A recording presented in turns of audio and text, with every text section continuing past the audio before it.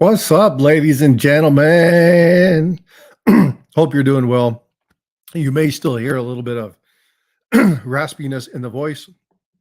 I am feeling a lot better than I was yesterday. I apologize that I was unable to do the live stream. I had such congestion in my chest and just wasn't able to do it. So I appreciate y'all coming in and being here. Thank you so much. Today we're going to be doing the FROSTY'S Numismatic Mania. This is a game that I've created to help people identify varieties and stuff like that. Should be a lot of fun, but anyway, check that out. So thanks for coming in. Freaking Awesome is in the house. Jackalope Herdmaster is here. Me is here. And Paula Bloom was in the house just a moment ago. I'm sure she'll be back as soon as she sees that I've gone live. So I hope everybody's well. Hope everybody's doing well. Jackalope Herdmaster, thank you so much for being a channel member. Me, thank you so much for being a channel member. And Paula, again, thank you so much for being a channel member. So today, before we begin, the game's going to start here in about 35 to 40 minutes. I'll kind of go over the purpose of the stream today, kind of talk a little bit about what the game consists of. Now, it's going to be interesting because if you're not interested in looking for varieties, I'm going to do something real quick, so you might hear me just a second. There we go. Let me shut that off. I got to turn on the analytics, pop out my live chat so that I actually have the chat there. Otherwise, trying to follow live stream StreamYard is horrible. So I want to make sure that I have a good live chat. All right, there we go. 75 and Penny's baby is in the house. 75, thank you so much for being a channel member. Just a dude. What's going on, dude? How you doing? Thanks for coming in. Paulo Bloom is a channel member and a great mod and avid support for the channel. So thank you so much for being in here. I greatly and sincerely appreciate you. Let me lower that down. Let me get over here back to my StreamYard. All right. So Miss Paula, if you want to come up, I'm going to throw this in here. And I will throw this down in chat. Bam, it is there. So Paula, if you want to come on up, go ahead and come on up. Again, ladies and gentlemen, thank you so much for being understanding yesterday. I wanted to do the stream. I just couldn't do it. You might still hear a little bit of the raspiness in my voice, but I may be clearing my throat periodically here and there. But I feel way, way, way better. I needed the rest, gave myself a couple breathing treatments to try and open up the cobwebs that were in my lungs. And I slept probably 60% of the day yesterday. So we are good. We decided to fire my. All right. Well, it's a good thing I was only fired for a day. But anyway, I appreciate you guys. Thanks for the well wishes. The one and only Paula Bloom is in the house. How you doing, Paula? Good morning. How are you? I'm doing well. Are you having a good day? So far, so good. And it's Outstanding. 6:20 in the morning. Yeah, I was like, So far, so good. okay, it's 7 o'clock, but it's 6. Oh, the time change. I totally forgot about the time change. Yeah. Thank goodness it automatically does it now on my phone. Well, so my phone does, right? Mhm. My refrigerator does, but my oven and my alarm clock don't Oh, because yeah. I have an actual alarm clock with big letters. So instead of having to get up and go grab my phone, I can just look at the thing and see if it's there. Yeah. It didn't change. And I was like, why is my alarm going off? And it's 7 o'clock. I'm running behind. And I got up and my wife's like, help me, the dog's sick and all this other Oh, stuff. And no. I was like, oh no, what's going on? And well, she has bladder cancer. Oh. So poor girl, she's 10, 11 years old. And every once in a while, she just has a bad moment. And this time it was bad all through the kitchen and all through everywhere else. And it was just horrible. So I woke up to having to wash the dog. So, it is what it is, but it's all good. Fancy Kevin is in the house. How you doing, Kevin? Thanks for coming in. Appreciate you being here. Rockzilla, thank you for being a channel member. Everybody's packages went out Now, I did something a little different because I was doing the pamphlets and I found out, thanks to EMR coins, that the envelopes that I used were a little bit too thin, a little bit too weak, and getting bounced and packed around, that the coin that was inside almost came out. Now they were inside the plastic item for the brochure. So, Unfortunately, the heavy weight kind of tore through the envelope. So if anybody has any issues, let me know. I've got some better envelopes that should never happen again. But I don't do a lot of giveaways. I don't send out a lot of stuff. And so this was a learning move for me. So if you get something and let's say you get the envelope, but there's nothing inside of it, let me know. Um, I know the people that done that, so I'm not too worried about it. I think they'll arrive okay, but just as an FYI. Farm Dog is in the house. Hey, Farm Dog, good to see you here. Um, I'm looking forward to starting this game. I me think too. I think they're I gonna have think you're gonna fun. like the way I put this together. Cool. So I'm going to give everybody, we've got about 40 minutes before we start the game. We're going to start the game at 9 a.m. Central, 10 Eastern. So I'm going to go through this. I'll go through this again with everybody, but I kind of just want to talk about the general premise of the game. So I'm going to go ahead and I'm going to show my screen. Whoa, not wrong. That one. You don't want to see that. Hello. All right. So what we've got here is first and foremost, I've got this on my screen. This will pull up all the images that are in this particular item have been given with the express written consent of Charles Daughtry. So Charles knows what I'm doing. He's on board with it. He thinks it's a good idea.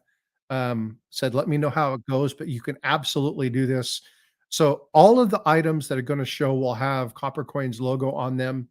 But again, I've done this with express written consent. So uh, they are on a public website, but they are his property. So again, just everybody needs to know first and foremost that I talked to Charles about this, and I'm utilizing copper coins specifically for the first day. And the reason I'm doing that is because while I'm doing the game today, I want everybody to have a good premise for what the game is about. Now, general basic rules. Okay. Now I'm going to have to shift this around a little bit. So let me do that. We don't need to be up there. Number one is to have fun. Number two is if there's no mint mark shown or clearly stated, then assume it's from Philadelphia. Pay attention. Acronyms will all be spelled out in the game somewhere. So if I ask you what an acronym is, I'm going to have listed it somewhere in the game ahead of time. So be aware. You only get one chance to win on the first part. Now I'm going to show you there's two opportunities to get on the wheel. The first one is for everybody. It's for the people that don't want to necessarily go into the site and actually dig in and find what the variety listing is. But you can only get on it once. So here's the thing. There's a couple things associated with this. Okay, number one, I put a short out on Thursday. Watch those shorts. If you want to play the game, see that short because that short's going to lead you into the game. It's going to help you identify what we're looking at. It'll again give you a heads up. You'll be able to go to the site. You'll be able to kind of get some ideas, look at those things that flash through. You can watch it for 3, 4, 5 times, not a big deal. But look at that. I'm going to give you a lot of clues as to the items that are there. And you can do a little bit of homework up front that'll help you during the game. Okay. Googling will not help you. Googling is not going to help you determine what a variety is. This is a visual based game. So if you have to look at the item, identify what it is, and tell me what it is. So those people that are out there that do the Google trivia thing, it's not going to work for you. Okay. This is not how fast can you pull up Google. This is can you genuinely identify what you're looking at when you're looking at a coin, right? A lot of people think that this game is going to be difficult.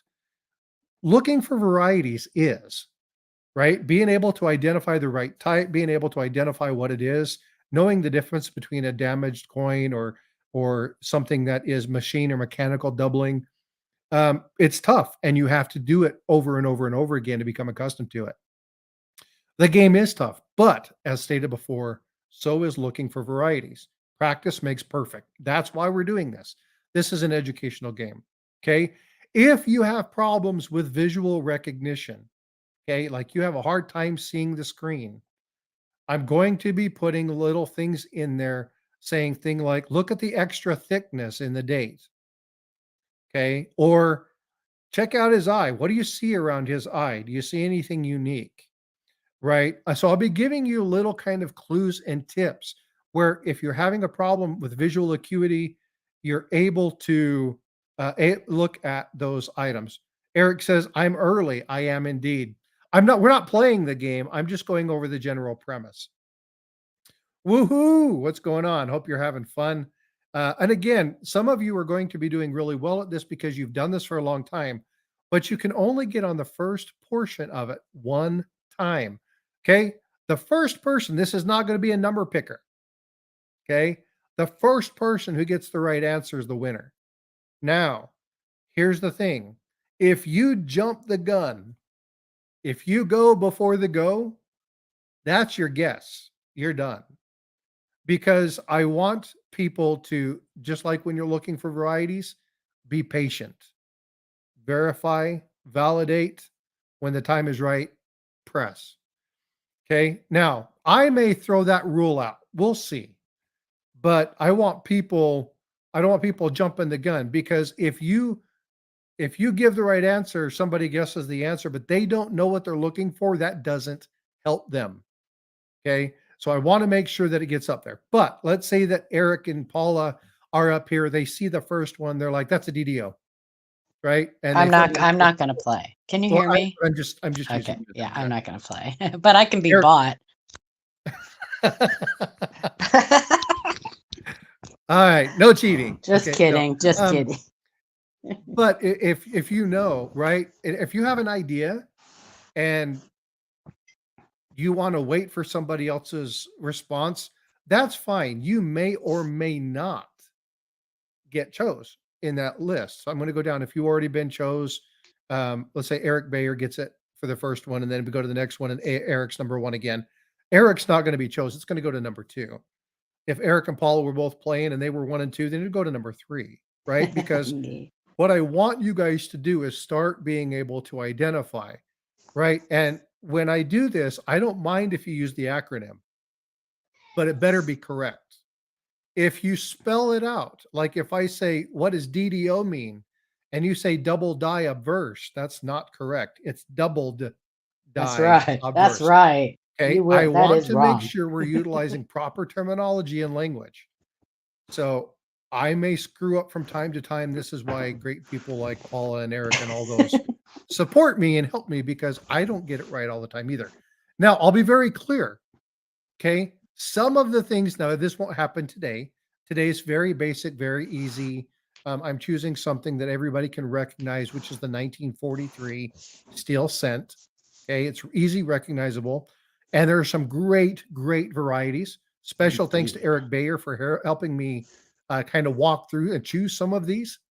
I think it's going to be really cool. Okay. But again, the game is meant to be complicated. And that is because one, it's a learning game. And number two, looking for varieties is complicated. I want you guys to be able to start to see things and recognize things and go, oh, that's a double die, or that's a double die reverse, or that's an RPM, or that's an overdate, or that is hub doubling, or that is a damaged coin, or that is machine or mechanical doubling. Okay. I want you guys to be able to do that. So that's the premise of this. All right. Now, these are the important ones, and I want you guys to be very clear. I like to have fun, and we got to play games. We're going to do all this stuff, but it's very important. If you are purposefully giving out bad information in chat, right? You're trying to derail people and you're like, that's not that. That's mechanical doubling. I'm going to just remove you. I'm just going to time you out.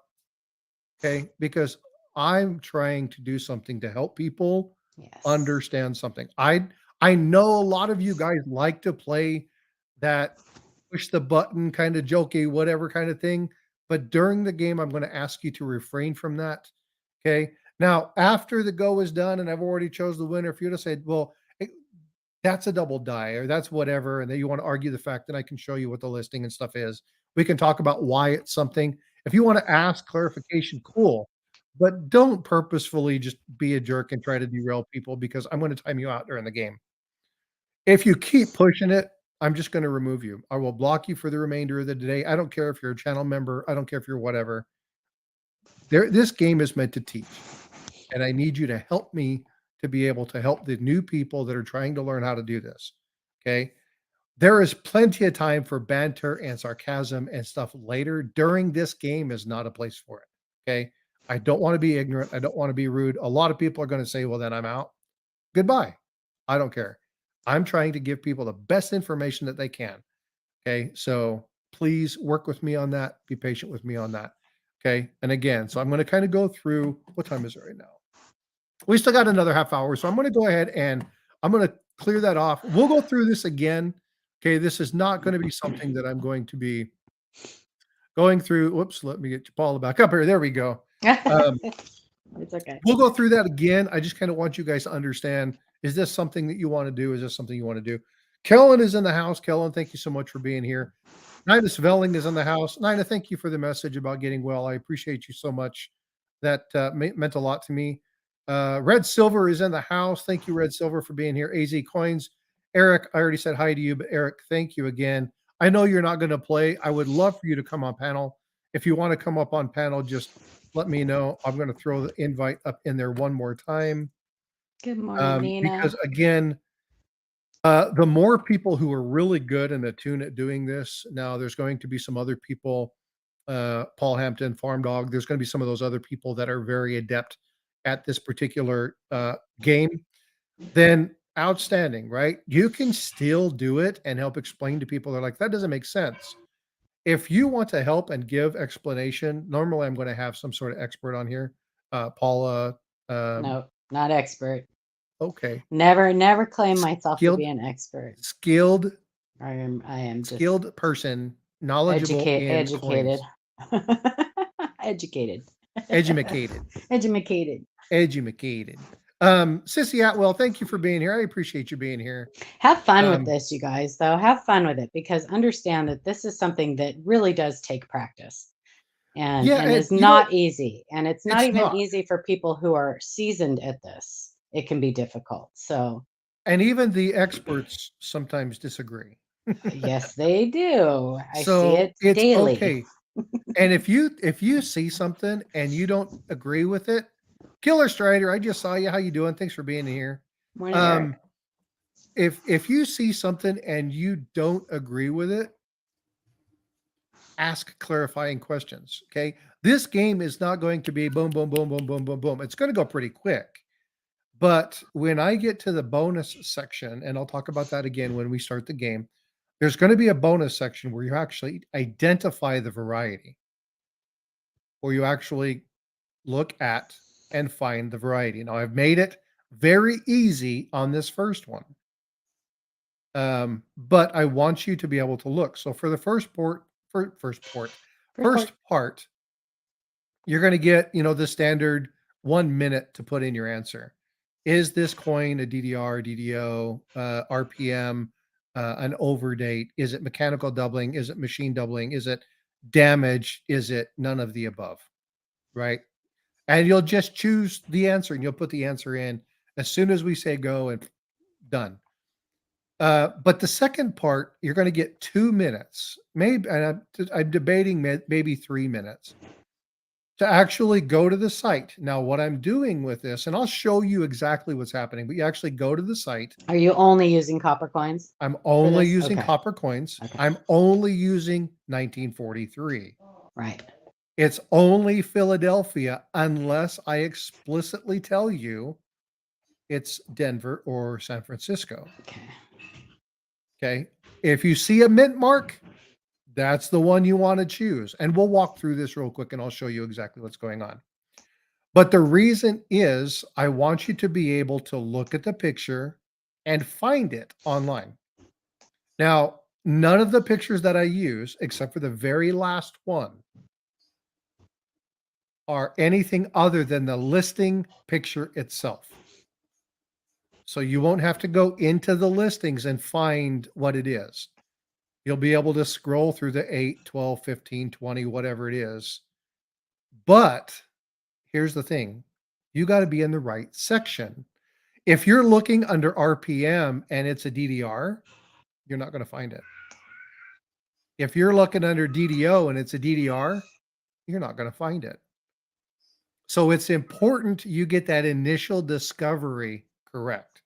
And that is why I'm breaking it out in 2 separate entities. Allow people to ask what's going on, and this is not gonna happen in, like, the 3rd, 4th series of this. It's only gonna happen for the first 2, and that's because I want people to understand what the game is, get familiar with how to look for it, and kinda walk through that process. So the first 2, they're gonna kinda go slow, they're gonna go easy. Tony Two Tone is in the house. I haven't seen Tony in here for a while. Thanks for coming in, bud. I appreciate you so much. Um, but this is gonna be it should be a lot of fun, okay? It is complicated, okay? And if this is something you don't wanna do, well, you know what? You can come in for the pre-banter and you can come in for the just general chit chat afterwards. Saturdays are still gonna be my videos and kicking through stuff, but we'll talk about this. We'll talk about whether or not I wanna do this like every other Sunday, or if I wanna do this mainly just once a month and make it kind of a special event. We'll talk more about that, kind of get the feedback once everybody sees what's going on. What's going on, Begotten? Thanks for coming into the stream. Appreciate you being here. Um, but anyway, that's kind of the general premise. So, Eric, how are you doing this morning? Doing wonderful. Thanks for having me. Well, first off, thank you very much for taking the telephone call and walking through some of these things. Being able to talk with you and kind of go through and being able to identify the best method for doing this game. I think together we put our heads together and did a pretty good job coming up with this. So hopefully it works out the way we planned it. That'd be fun. a huge thank you to Eric for that, because while I had the general premise, he provided a lot of insight that led me into a different direction. And I really think what we got here is going to help people. Good. Good. This game doesn't exist anywhere. You can't go to another channel and find this. So if you really want to learn, this should be fun. Like, I'm hoping that this draws more people in who really want to learn about an RPM. I got a future idea. We can, if I can get my scope working from here, I can just slide coins under and show them coins live. Do you see the little label that just popped up here? No. Did you guys see that? Mm-mm. All right. So what I'm doing is I'm going to indicate there's a new thing on StreamYard. And if you guys are not aware of this, you can set markers to videos. So when you're when you're doing a StreamYard, if you're talking about something specific, you can hit the B on your keyboard and it'll create a marker. So what I'm going to do is when I start the game, I'm going to hit the B, and that's going to be the marker start. And then when I go to each question, I'll hit the B, and that'll be the start for each one. So if you ever want to come back to the video and see the start of the game, you just go to the first marker. You don't have to listen to all this pre-banter or anything else like that. You'll be able to go to that B, directly to the start of the game, and then watch the game. If there's a specific coin that you want to look at again, watch what happened, watch what the answers were, and look at it. Let's say that you're looking through Sense and you're like, Frosty did something. Come back to the video, look at that. I think I have the same one. Look at it. Go to that marker, see if that's the right one, and then go forward. Uh-oh. Eric's device. I think he tried to hook his scope up, I think. Probably. Yeah. I'm going to remove my camera for just a second. I get really raspy, so I need to keep hydrated, or I start to get that raspy sound. Yeah, so there's going to be a lot of them. Eric will probably reconnect here in just a few moments. But I'm going to hit that B. It's going to bookmark those particular items. So when the video comes out from the live stream, you'll be able to go directly to these items. I'm going to do this for a couple reasons. Number one, this is an educational thing. And it's important for me when I'm uploading the video under education that I get those markers there, because people are going to want to look for specific items when they're going into it. The other thing is as we begin to identify these items and varieties, you can go to a very specific point in time without having to search the entire video. So if there's something that you're going to be looking through, I know that I was talking with somebody the other day who said they got in a bunch of 43 cents from Miss Ida Herring. Then if you think you find one of these, you think you see something that's close, you can go back and just hit those bookmarks and go, oh my God, that's exactly what I have. Right. And then you know what to look for, you know where to go on Coppercoins, you know where to go on Wexler, you know where to go on Variety Vista, so on and so forth. So I'm really trying to set this up to where it's a good resource as well as being fun. But again, folks, this is a game. Okay. It's meant to be learning, it's meant to do, but it's a game. So have fun with it. That's going to be, as Paula said, enjoy. And he's back. Well, I tried. It'll work. Play with it. Did you try to change your the scope? Yeah, and I can do it. It's just I got to get the scope lighting and everything set up before I go into it. I got you. No worries. So what are you showing here? Oh, that's just coin I got in I don't even remember where I got it from. Got it when I got the $50. So oh, very nice. D over D. So okay, in chat really quick. Okay. Oh, well, it's already listed there. Never mind. Yeah. I was gonna say, what is that called? 1mm9, RPM9. Say again. It's 1mm9 or RPM9. Yeah, Actually, well, what I wanted to, and I didn't look at this like D over D. What is D over D? What's a better name for it? But then it's listed right there underneath it, which is an RPM. Understand though too. So what Eric just said, that the two different listings, one's from Variety Vista and one's from Coppercoins, they don't always have the same number. In fact, the majority of the time, I think they don't have the same number. We try to Wexler's, Variety Vista, and Coppercoins. Yeah, we try to keep the Connected numbers when we can. But Wexler numbers are all over. All over the place.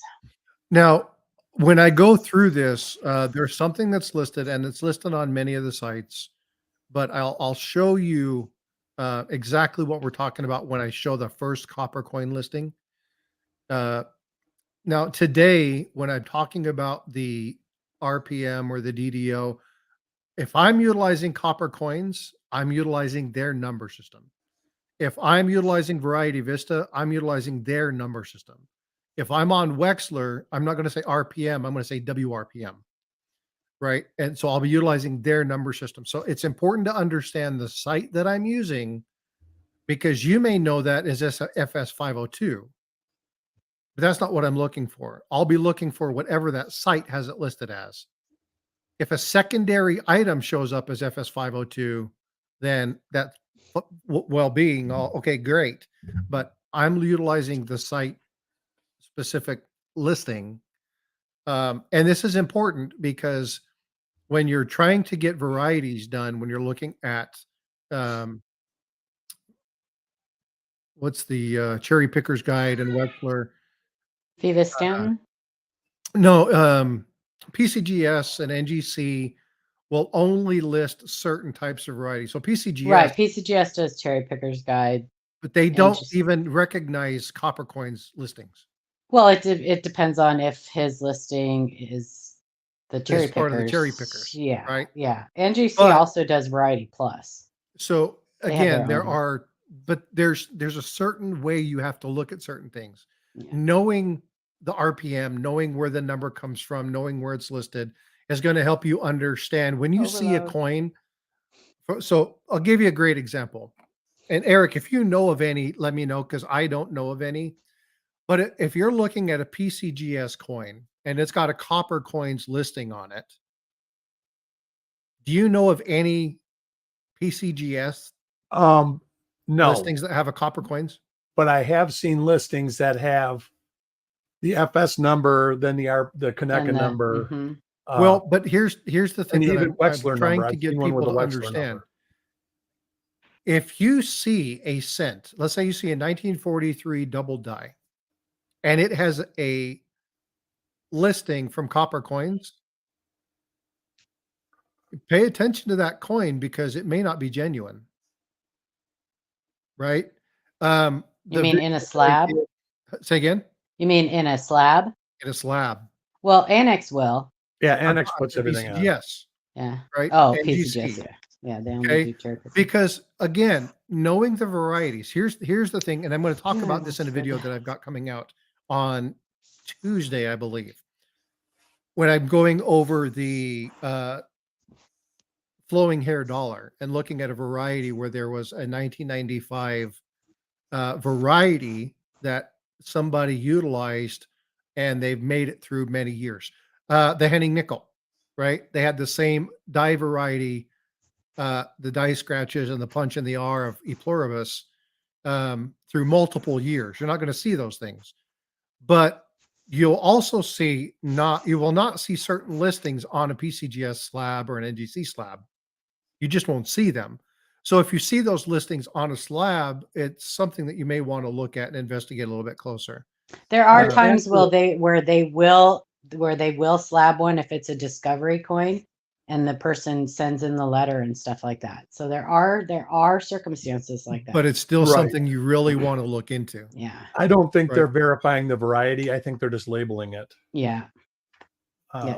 Because I've seen that with some RPMs and some Wexler listings on PCGS coins. And even when you see like an error coin, they'll put some random thing about an error coin and it's actually not right.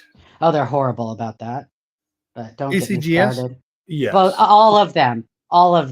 Annex is actually better with error coins than any of them, which doesn't make any sense because John Sullivan does like most of PCGS error coin stuff. But when they don't have him doing it, they make some weird mistakes.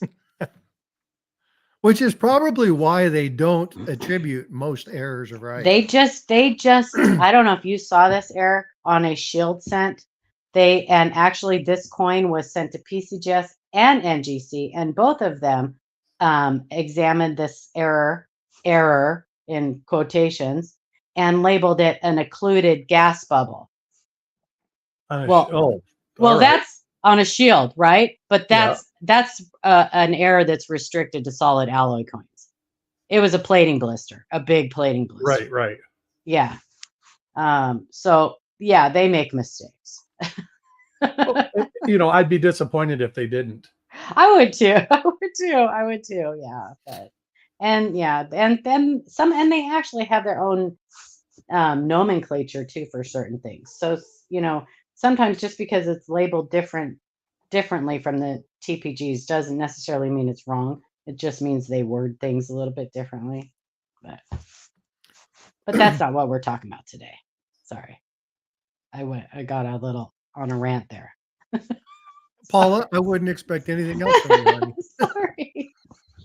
It's Eric's fault. Eric started it. Yeah, I bring the best out in her. It wouldn't be Paula if she didn't get on a rant at least once in a stream. That is so true. Okay, carry on. Oh, that's too As much you were. So have you guys hunted any 2023 nickels yet? Absolutely. You're asking me that? I'm just saying, I got 2 rolls and they're just loaded. There are so many double die reverses. You won't believe it. Yeah, no, I don't do. And what is that? Nickels. Double die reverse. Oh, what coin? 2023 P nickels. Oh, really? No, I haven't got any. Nickel. Yeah, went through the first roll, had 4 different DDRs in it. Went through the second roll, had 3 different DDRs in it. Wow. So we've shown a couple of really nice ones. Yeah, I know that there's 75 listed already. Yeah. Really? Yeah. And it's weird. They went away from the double doors to doubling on the stairs in the bottom now. So I'm not sure if they changed the way they're making the dies or what, but the actual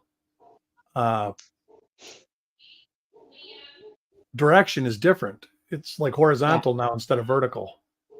Yeah, I think a lot of them are distended. Oh yeah, they're all class tilted. 8, class 9. Yeah. Mm-hmm. It's crazy. But I don't believe that. I don't believe them when they I don't believe them for a second when they say they're just doing single squeeze. Oh no, they flat out admitted that. I mean, they tried to do single squeeze, but when it's not done, they just don't say, "Well, that's no good," and throw it in the garbage. They squeeze it again. Yeah. So. Well, this is how the Duke Ellington happened, right? the Duke Ellington is an amazing. That's actually a class 1, I think. I think that they determined that was a class 1. I can't remember. Yeah, the one 2023 obverse is a class 2, I believe. Yeah. It's nice. There's something about the Duke Ellington, which maybe it's a class 2. But originally they thought it was a class 8, I believe. Well, if I remember correctly, but that's how they determined. The Mint admitted that they went ahead and replicated it, and they went and they admitted that that was not a single squeeze. So you were told me that it was class 1. Class 1, yeah, okay. Yeah, because it was the the first one that has happened since. But, yeah, they admitted they talked to Wexler and said, and they actually replicated the doubling on it and said, "Oh, well, whoops." Well, and again, some of these things are just they're cool, but yeah, I would love to get one of those really nice Duke Ellingtons. And somebody recently found one. You guys showed it on. We showed one. Yeah, that was amazing. Yeah, class 1. It's a class 1 double die as opposed to a class 8. The Mint was able to reproduce this error. They call it an error during tests to see what caused it. I think they called it an error because whatever. I don't know why they called it, because it was an error in hubbing that ended up being a variety. I don't know why he worded it like that, but whatever, John. So, but now I'll bet you anything that if you ask Chuck and you ask Dr. Wiles, you're going to get different answers. You will. So, Eric's like, you will. Guarantee with Chuck. Well, Chuck does the class 9. Wiles doesn't. Right. Right. John Wexler does class 9, but yet Brian Ribbar, who does the nickels, doesn't do class 9. He says class 8. And one is pivoted and one is extended. Yeah. Yeah, they say it's the same. It's basically the same thing. So how many true class 9s are there? Are there? In my opinion, there's a lot, because there's several different subclasses to class 9. But that depends on who you ask. For me to understand. Yeah, it depends on who you ask. Basically, all the little double columns, all the little doubling on the letters on like the shield sense, the fat dates, fat inside Liberty, those are all class 9. And it's just because the hub cocks and then straightens out and moves everything, moves the design. There's actually a subcategory to class 9 called roly-poly. Now, how fun is that? So roly-poly. That didn't come from Chuck, I guarantee. That did not come from Chuck. Yeah, no, it didn't come from Chuck. Absolutely not. Yeah, I actually did a short on that. I don't even think Chuck has ever said roly-poly in his entire life, unless he's looking at those little bugs. I don't think he even called them. I think he probably called them by their proper name. I don't know what their proper name is. But isn't a roly-poly their proper name? That's what I thought. Potato bug or potato bug. I don't know. Yeah, there's another. Oh, they're different than a potato bug. Potato bug are those little embryo-looking things, aren't they? Yeah, they're smaller. Potato bugs are smaller than roly-polies are. I don't know, man. Look, that's right. Me, no name calling. I love Chuck, but we don't get along. Go figure. Anyway. I don't think you don't not get along. You just don't. I just don't. Exactly. Yeah, I choose to. We were talking about you when we were at Brian's house, and Brian goes, "Who is this person? She knows a lot about coins." And I think he sent you a friend request on Facebook after that. Brian Allen. Yeah. Yeah. Yeah. Because we were talking about you, and I said, I like. She knows her stuff, and Chuck said the same thing. He kind of said the same thing. He says, "Oh, we just don't get along real good." No, we don't. And you know why? Because we're so much alike. I was just about to go there. Yeah, right. Because we're so much alike. So here's what Brian said, I think. Yeah. Here's my take on this, and this is why my youngest son and I butt heads. When you are a lot like the person that you're working with in work ethic and your study and your ability, if there's disagreements there, It's because that's exactly the kind of argument you would use. And you don't like hearing your own argument used against you. You know what I mean? Yeah, kids are good at that though, because they hear it for all those years. Yeah. They just wait for the chance. But it's because you heard the same stuff when you were a kid, or you heard, you know what I mean? And I just realized I have devil horns. I probably Well, need to and a lot you do have devil horns. That is kind of weird. I didn't notice that till you pointed it out. Now I can't unsee it. I'll change my background. I think a lot of what goes on with, or what used to go on with me and Jack is that he's been in this forever, right? Like Yeah, 40 years. there's no disputing that he knows Lincoln Cents better than anybody. And Yep. he's been in it forever. I haven't, so I'm not so set in my ways, you know what I mean? Like and so I think that's where a lot of the But you've hit the books. You've studied a lot over the last couple of years, because that's you know all a lot I more do. now than you did 2 years ago. That's all I do. Like, I mean, Yeah. I'm poor. So so I can't afford to be like as much of a collector as I want to be. So I collect knowledge and I read, and that's free. And then I pass it on and I teach. So that's kind of the niche that I fell into in the hobby. So you collect cents too then, huh? I do common sense. Yeah. Well, I Or collect not so pennies common because they're sense. cheap. No, I do collect cents. I do. Yeah. Yeah. I collect exonumia and I love that kind of stuff. But my taste in what I would collect is like so far out of my reach that I just learned about it now. So I don't even learn. I used to collect it back in the early 2000s, and there's no way I'm going to do that again. yeah.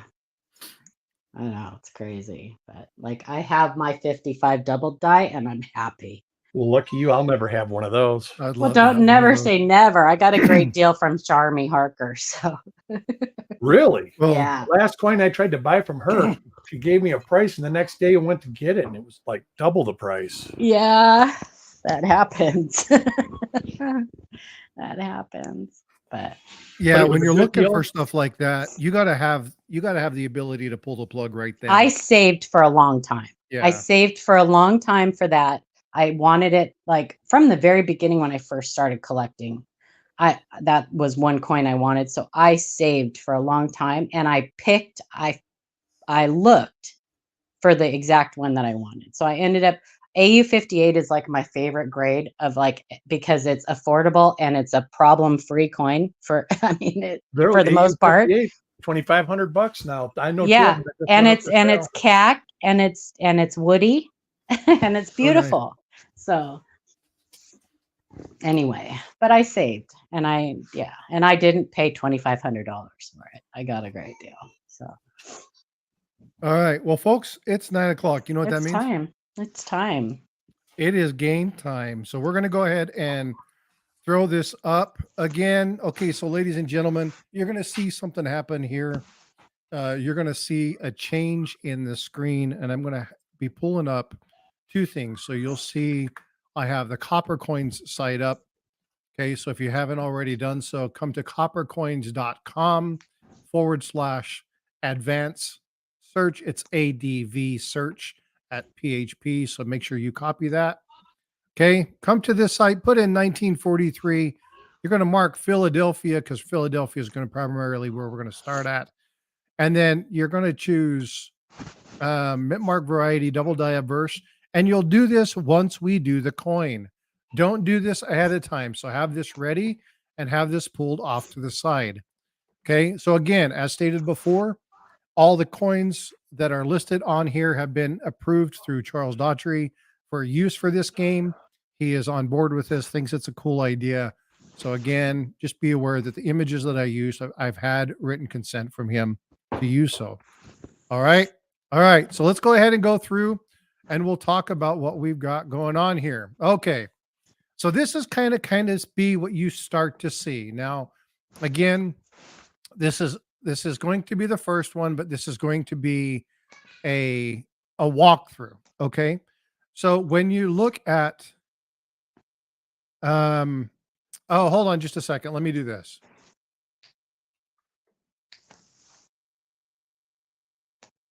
Okay, there's the link. So that's the link that you want to be utilizing. Okay, so go ahead and put that in there. Let me get my chat back up here. Okay, so that's the link that you want to go to. If you're on a telephone, as I stated before, and if you can't do this, it's not a problem. You can still choose the first part of this answer by choosing one of these particular items. Okay, so when I ask you what this variety type is, and when I say go, then you'll come back in here and you'll say that this is machine doubling, or you'll say that this is a double die obverse, or you'll say that this is a double die reverse, or you'll say that it's a damaged coin. And then we'll stop and then we'll give the answer. Okay. And then once that's done, I'll choose the correct response. In this particular case, this is going to be a double die obverse. Okay. And again, sometimes people will look at this and see that there are items and they'll say, well, that looks kind of like machine doubling. And actually, it doesn't. But we'll explain, we'll show some of the details about this is where you look and you see the items here. You see the serifs, you see the items here and the I, right? You see the doubling that's here. You see where it gets added in. You see the edge of the E here. You see the edge of the E here along with that additional line. You see the added thickness. We'll talk about these particular items and then we'll go on with the next one. Okay, so again, this is where I'm talking about a DDO. This is a double die obverse. I'm going Doubled to with a give D. you, say again, Doubled with a D. doubled with a D, but I'm going to be giving you the items. So if I say I know it DDO, too, Eric. it's double die obverse. If I say DDR, it's double die reverse. If I say repunch mint mark, it's going to be RPM. Okay, if it's not, or it's machine doubling, then you'll just say it's machine doubling. Coin fund.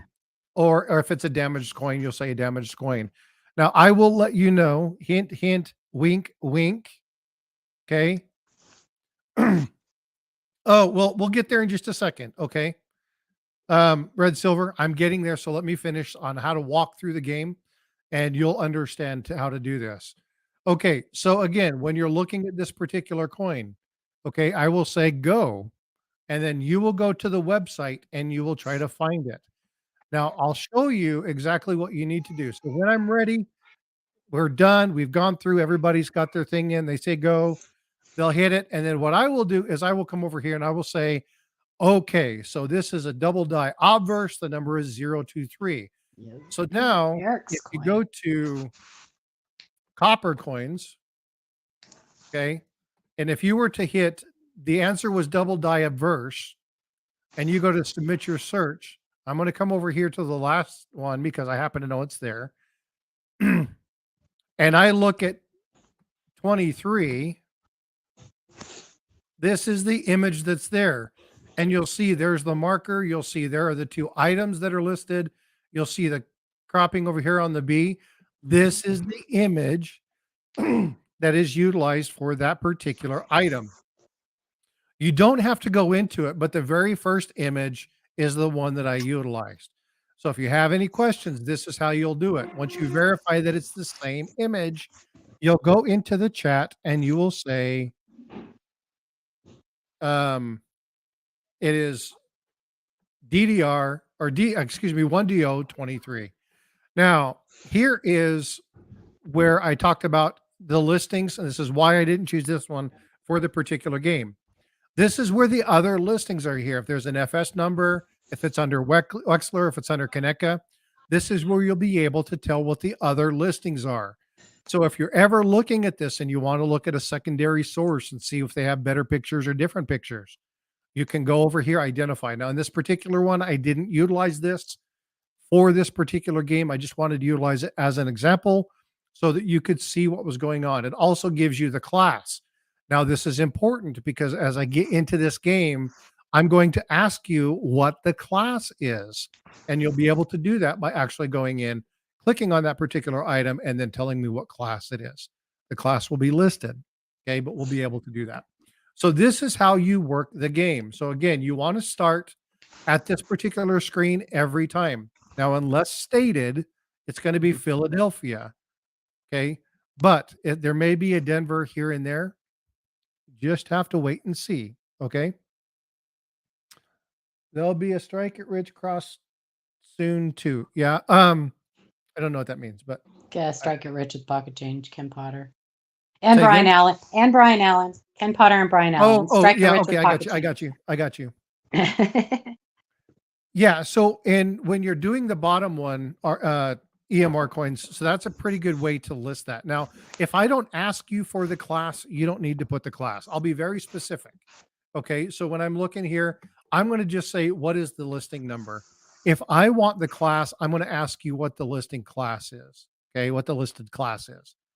So, what is the listing number? What is the variety number? I may change the wording around because you may hear that different ways. The proper terminology for that, Paula, is what?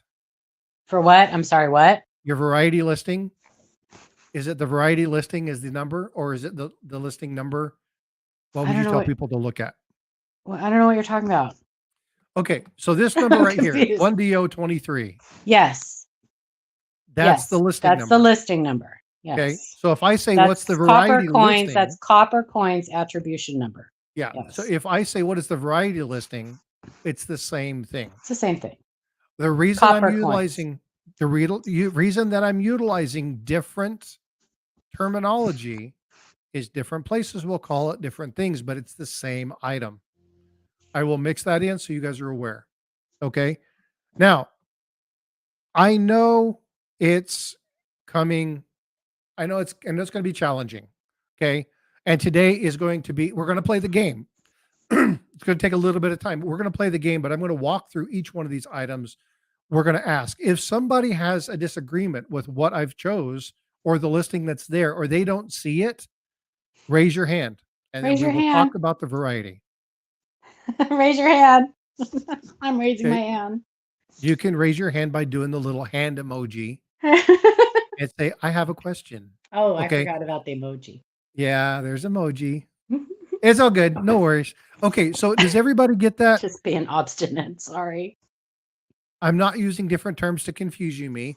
There are different terms in this there it is. hobby, but they mean the same things. And sometimes they're poorly done. So yeah, you can raise hands and flags and whatever you need to. Okay. Just get my attention, ask a question.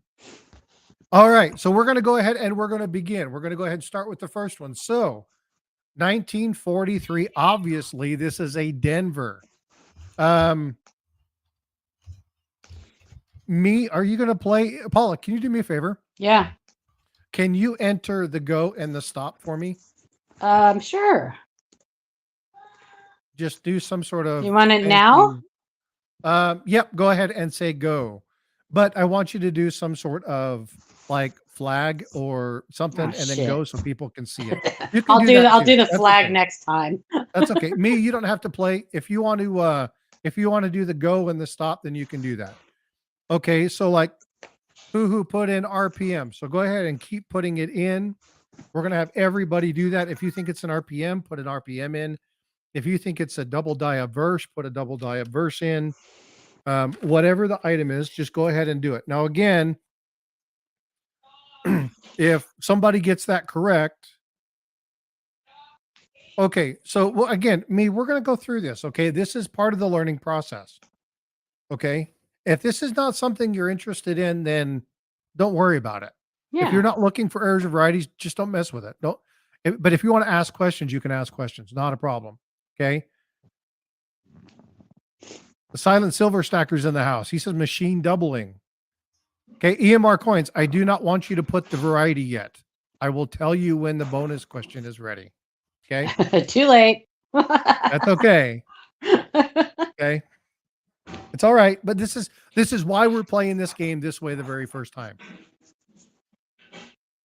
Let me put the stop in now. How long? Yeah, go ahead and put the stop in. Whoa, excuse me. I'm going to mute for a second. Getting crazy. Yeah, so if you're utilizing a telephone, again, it may be hard for you to identify the variety via a telephone, but this is why I'm doing this in 2 phases. Because not everybody wants to look at the variety or can change their phone to look over, especially Eric or Paula, because they're on the stream. If they leave the stream, then they may not stay on panel. All right. So in fact, this was an RPM. Now, Paula, would you like to explain or actually, you know what, Eric, I'll let Eric do this. Eric, explain what people are seeing here. Oh, they're seeing an extra D southwest of the primary D. And this is a real strong one. It's the strongest one for the date and issue. And these things are really going up in value. The last one I saw for sale, they wanted $3,000 for it. You used to be able to get these for $50 back in the early 2000s. Now, here's something that he just stated that's very important. Okay. Some of these are very, very valuable. Most of them are not. Most of them, they'll add, $30, $40, maybe to a cent. And you're still talking about 300%, 3,000% equity, right? In a penny. Pretty cool, in my opinion, if you can get a penny and sell it for $30. That's pure profit. But there are some of these that you want to look for and be familiar with that have huge value. Okay. And what I want you to be able to identify is those things you look at when you're looking at one of these. Yeah, me again. These are these little things that, if you're collecting and you're stacking and you're doing all that kind of stuff, outstanding, that's great. But you could sell a roll of cents for, $5. But if you put one of these coins in there by accident, you're out a bunch of money. Understand that grade condition They matter. absolutely matters. Yeah. And so many of these steel cents are reprocessed and plated. Or stripped. Or yeah. Sat in like lemon juice or vinegar and then scrubbed with baking soda. Yep. But these can be cherry picked on coins that are already graded. Yep. Oh, and like I said, I tried to buy one at the fun show, and I was expecting to hear, $300 or $400, and it was 64, and it had crust growing under it was growing, and the guy said $3,000, and I almost hit the floor. Wow.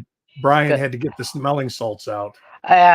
Yeah. Well, they can ask whatever they want. Yeah. Well, then you get the line, well, I really don't want to sell it. It's just like, why is it for sale then? Right. Sure, well, you don't. They don't really want to sell it, but if they can get $3,000 for it, then they'll sell it. Yeah, right. Absolutely. I'd do the same thing with some of mine, even though I don't have anything that even comes close to that. I don't want to sell any of my stuff, but if price is right, it hurts me to sell. If you saw the pile of stuff I have. Oh, Eric, I feel you. I mean, my wife, she's an angel. Replated would hide a lot of, not necessarily. And so there are different degrees of plating. There's the very amateurish ones. And then there's the ones that they did a really great job. Like they stripped the entire original plating off. And then they can trick people sometimes. Yeah, so. And the easiest way to spot a plated coin is look at the rim. Yep, look at the edge of the coin. Look at the edge of the coin, because the original ones are not plated. They are punched out of a strip the strip is already plated. So when that blank is punched out or blanked, that edge has no plating on it. It's none. So it's just the steel core. Now, another thing you got to be careful about is like ghost doubling around the D. Mm-hmm. It usually comes to the southeast, and you don't know how many people try to sell those as RPMs, and they're not. It's just the plating that's been shifted. Yep. Yeah. Or you get a lot of die deterioration too. You get so. All right. So now for the game purpose, I would tell you to start the bonus. Okay. So now we would do bonus go, and you just type in bonus go, and that'll be good. You can do all caps. It's fine for now. Okay. I'll come up with better start, go, stop type stuff. I'm not good at this. I'm not good at this modding stuff. There you go. See, that's perfect. Okay. So bonus go. Okay. So now you have a minute. EMR, go ahead and throw that in there. Woohoo's got it in there. That's fine. Now remember, you can copy from somebody else if you want to. Okay. Just because they win the first one doesn't mean that So like, there you go. Okay, perfect. Now we all know they're 43, so I don't need you to put the 43. But normally when you would do this, you would indicate the year. Okay, so it's all good. Okay. And then what you'll do is you'll go through, hey, Oxnav, what's going on, bud? No, you're not late. You're always on time. Okay. We done? Yep. Go ahead and hit stop. So woohoo, got the first one. Okay. And it is in fact, and I'll go ahead and come over here and click on this. It is 1mm01. Now, if you look at what EMR did, if you scroll up in the chat and you see what EMR did, where he indicated the full listing, which was it included Southwest, it included all that stuff. You can add that, but all I'm looking for is the number, the 1mm01, the DO01, the DO23, whatever it is. Okay, that's all I'm looking for because all I want you to be familiar with is the items. Now, as you become more advanced, you're going to want to look at things like mint mark positioning, okay? The direction of the RPM, whether it's north, southeast, southeast, southwest, right? If it's a D over D over D. As we get more advanced into this, you'll start to see some of these additional ones. You won't see that today because I want this to be very, very, very specific. So that listing that Eric put is the full listing number, gives you all the information. I don't need that level for this game. I just want the basics. Okay. I want DDO and 1mm001. That's it. All right. So we're going to go ahead and we're going to move on to the next one. So I want you to look at this one.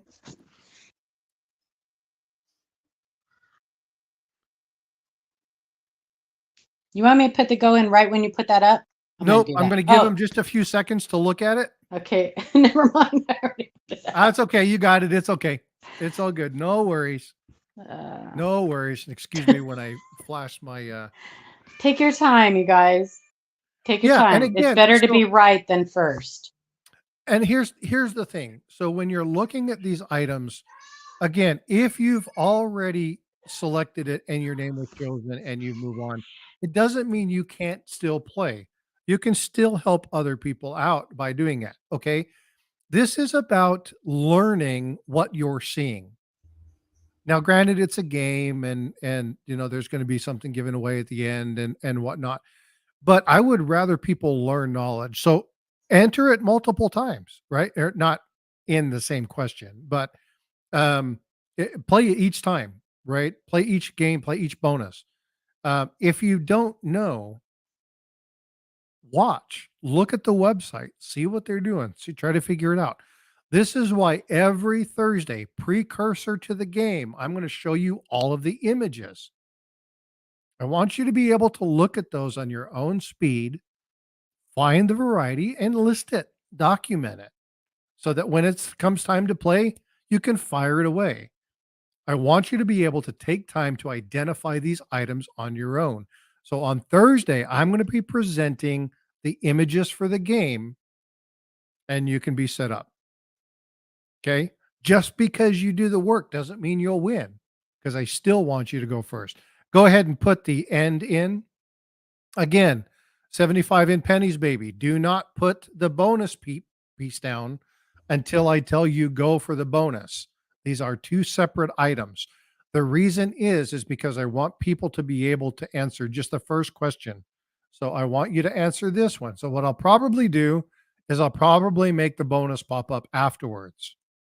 Okay. So I'll probably have to change that, but it's okay. No problem. So this in fact is a DDR. Okay. This is a double die reverse. Okay. So now Paula, go ahead and put the bonus start. We do not need the FS number, Josh. I need you to do the Coppercoins listing. Everything we do here is on Coppercoins. Bonus go. Okay, so go ahead. Red Silver's like, I'm buffering. EMR Coins throws in the 1DR007. Woohoo says 1DR007.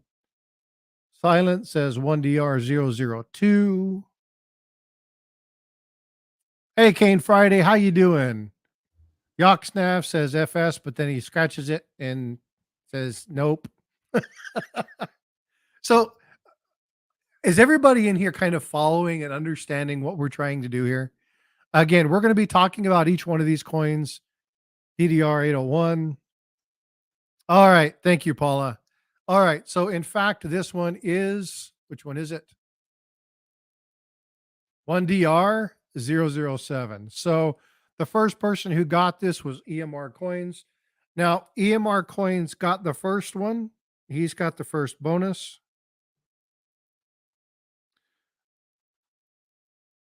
So because EMR got the first one, this one goes to Woohoo.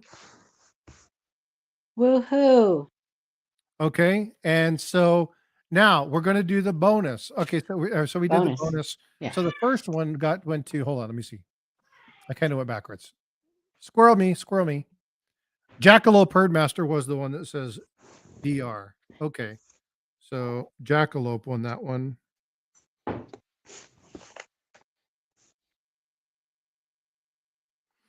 Okay.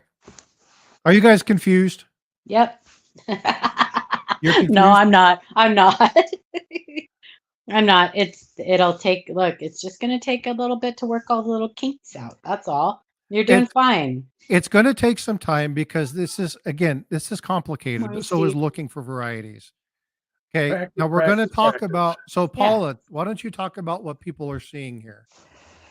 So what people are seeing here. So first thing I look at when I look for DDRs on wheat sense, especially, is the little dots between E pluribus unum. The little dots. See that little dot? It's elongated. Looks like a little egg. Yeah, right there. That's the first thing I always look at. And then a lot of times on these, the bottoms of the E, the bottom of the P, the bottom of the L be thick. You're looking for extra thickness. Yeah. So, but always those little dots are my go-to. Yeah, that's exactly it. Eric and I were talking about this when we were putting this together.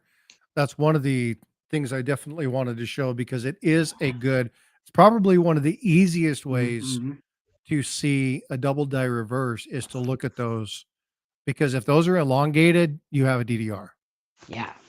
And what makes this a class 2+6 instead of just a class 6 is you see separation on the dot and on the EP. Yeah. You can actually see the double letters instead of just the thickening of the letters. Yeah.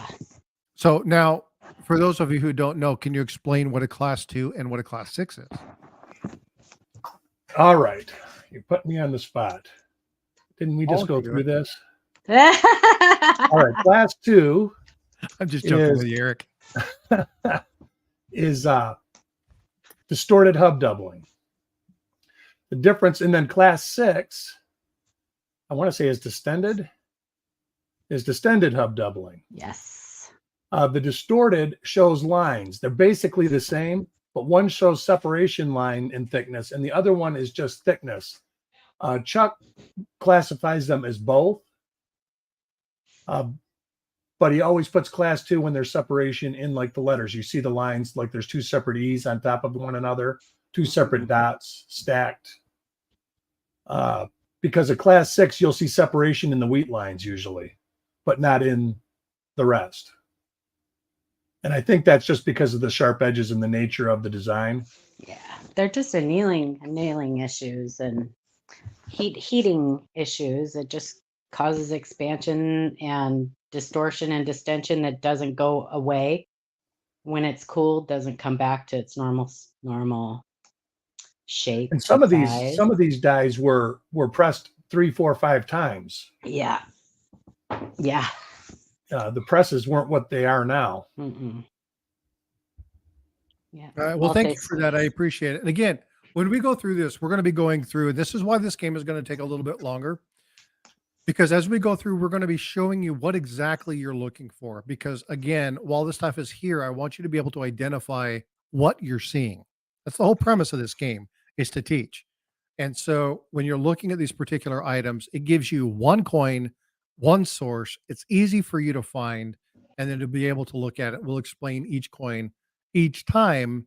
And then as we go on, once people are not asking the question anymore, then we can just move on and make the game go a little bit quicker. But for the first couple times, this game's going to go kind of slow. All right, so here's the next one. Okay, so again, Paula, if you can put in the go, I would greatly appreciate it. Thank you so much. Did you like that? I'm glad somebody caught that, EMR.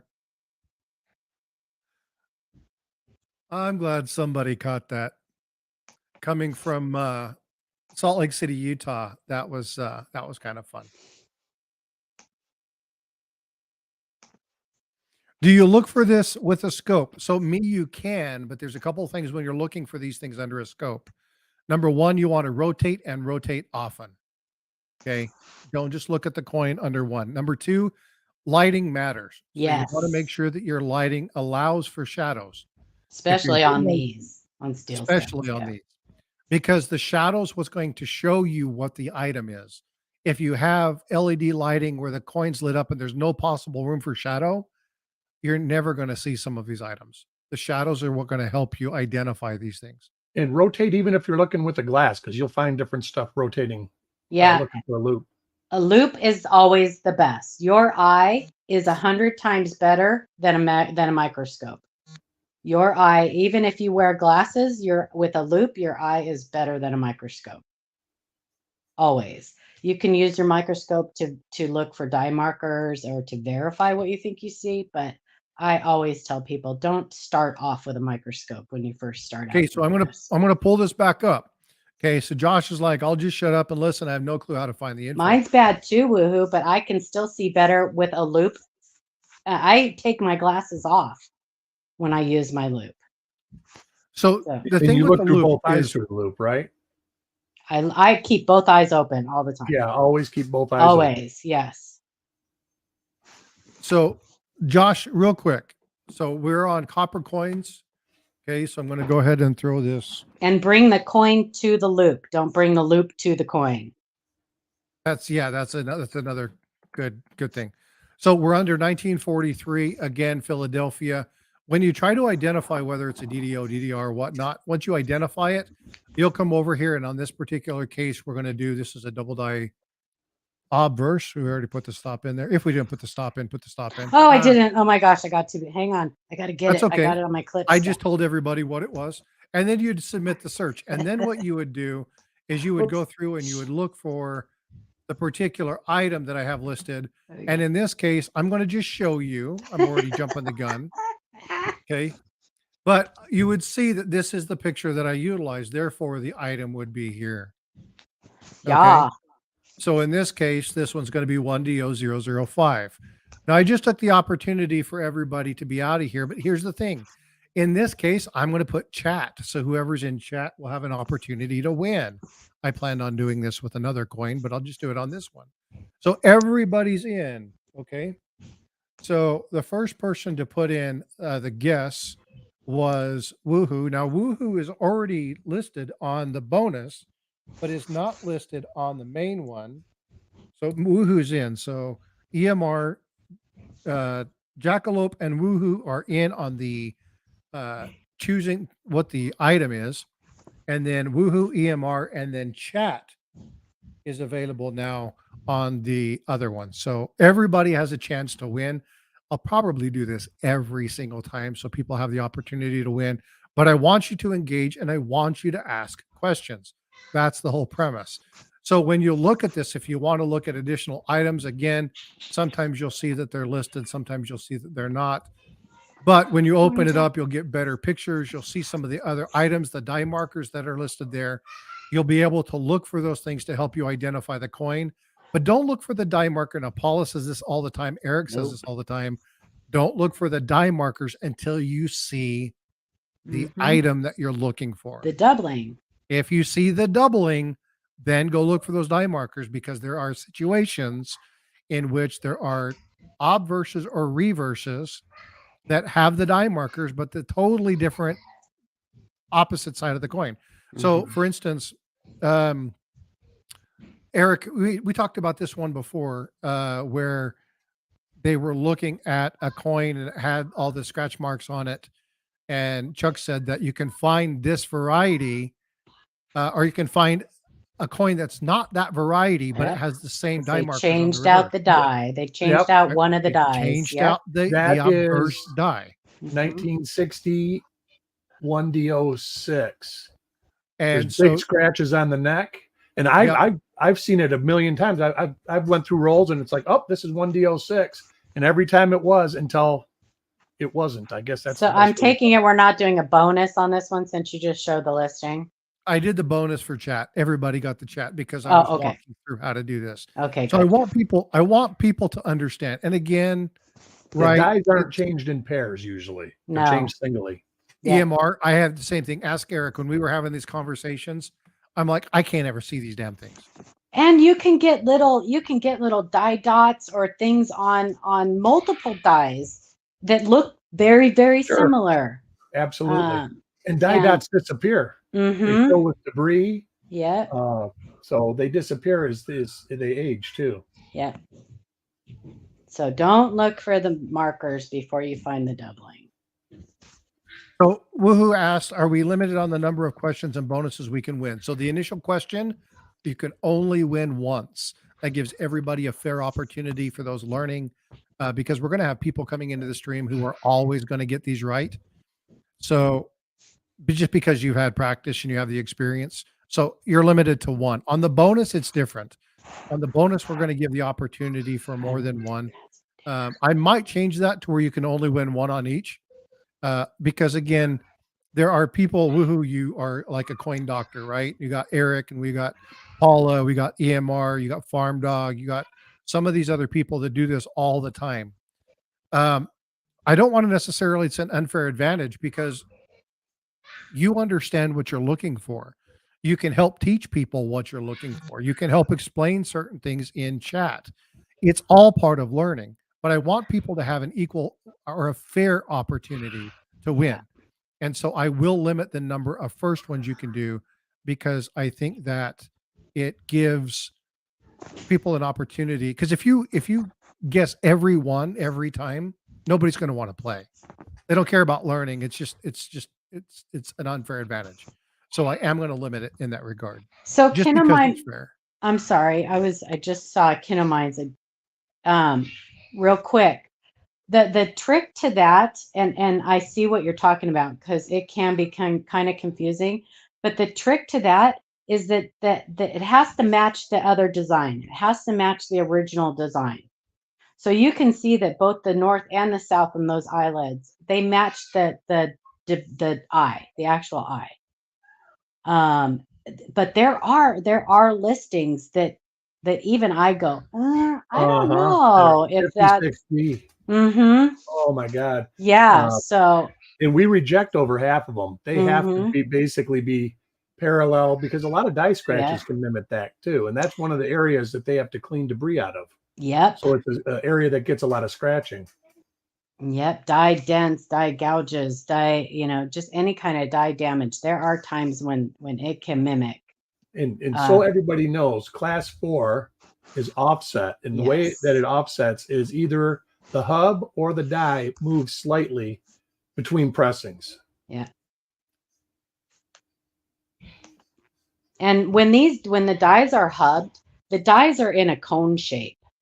So a lot of times when you get these tilted or offset, it's at the central design because that's the first place that hub and die meet is at the center there because those dies are in a cone shape before they're hubbed. So I know a lot of you guys are probably going, I have no idea what we're talking about, what we're looking at. And again, that's fine. Watch, observe, and listen. Yeah. Because you're going to start to hear these things over and over again. And one moment you're going to go, oh, I see it. I get it. Right. And you'll have that aha moment. It happens with everybody. It may take a little bit of time. Now, what I want people to do is I want people to take a minute and just look at what they're seeing. Right. I've given you some really, really, really good examples of everything. They stand out like sore thumbs. But just because they stand out to somebody who does this, and I'll tell you, doubled eyelids, I'm with Eric. Yeah, they're tough. I hate them. Yeah, they're right? I don't even look for them. They drive me crazy. And But- Bill Fiva calls them picking the fly poop out of the pepper. Yeah. We call them bluegills. Bluegills. There you go. Yeah. Eric, do me I a love favor. that. Put Coppercoins in the link to Coppercoins in. If you guys want to learn and kind of observe how this goes real time, go watch some reveals Yeah. on Coppercoins. Go watch what Oh, they're you're talking looking at. YouTube? Say Yeah, again? YouTube. You talking Yeah, the YouTube link or the Yeah, Coppercoins yeah. link? No, your YouTube. YouTube. Because what I want people to do is if you want to kind of watch how they go through these, there's a couple of things that they do to set themselves up for really, really easy use. Number one, they're looking at a singular year. Repetition. Okay. You know what you're looking for. They're all 1960 Ds.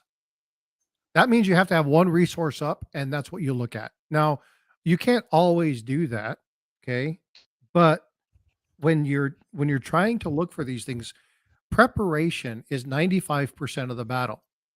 Right? When you're sorting coins, sort out all your 1943, and then if you have time, break them out into PD and S.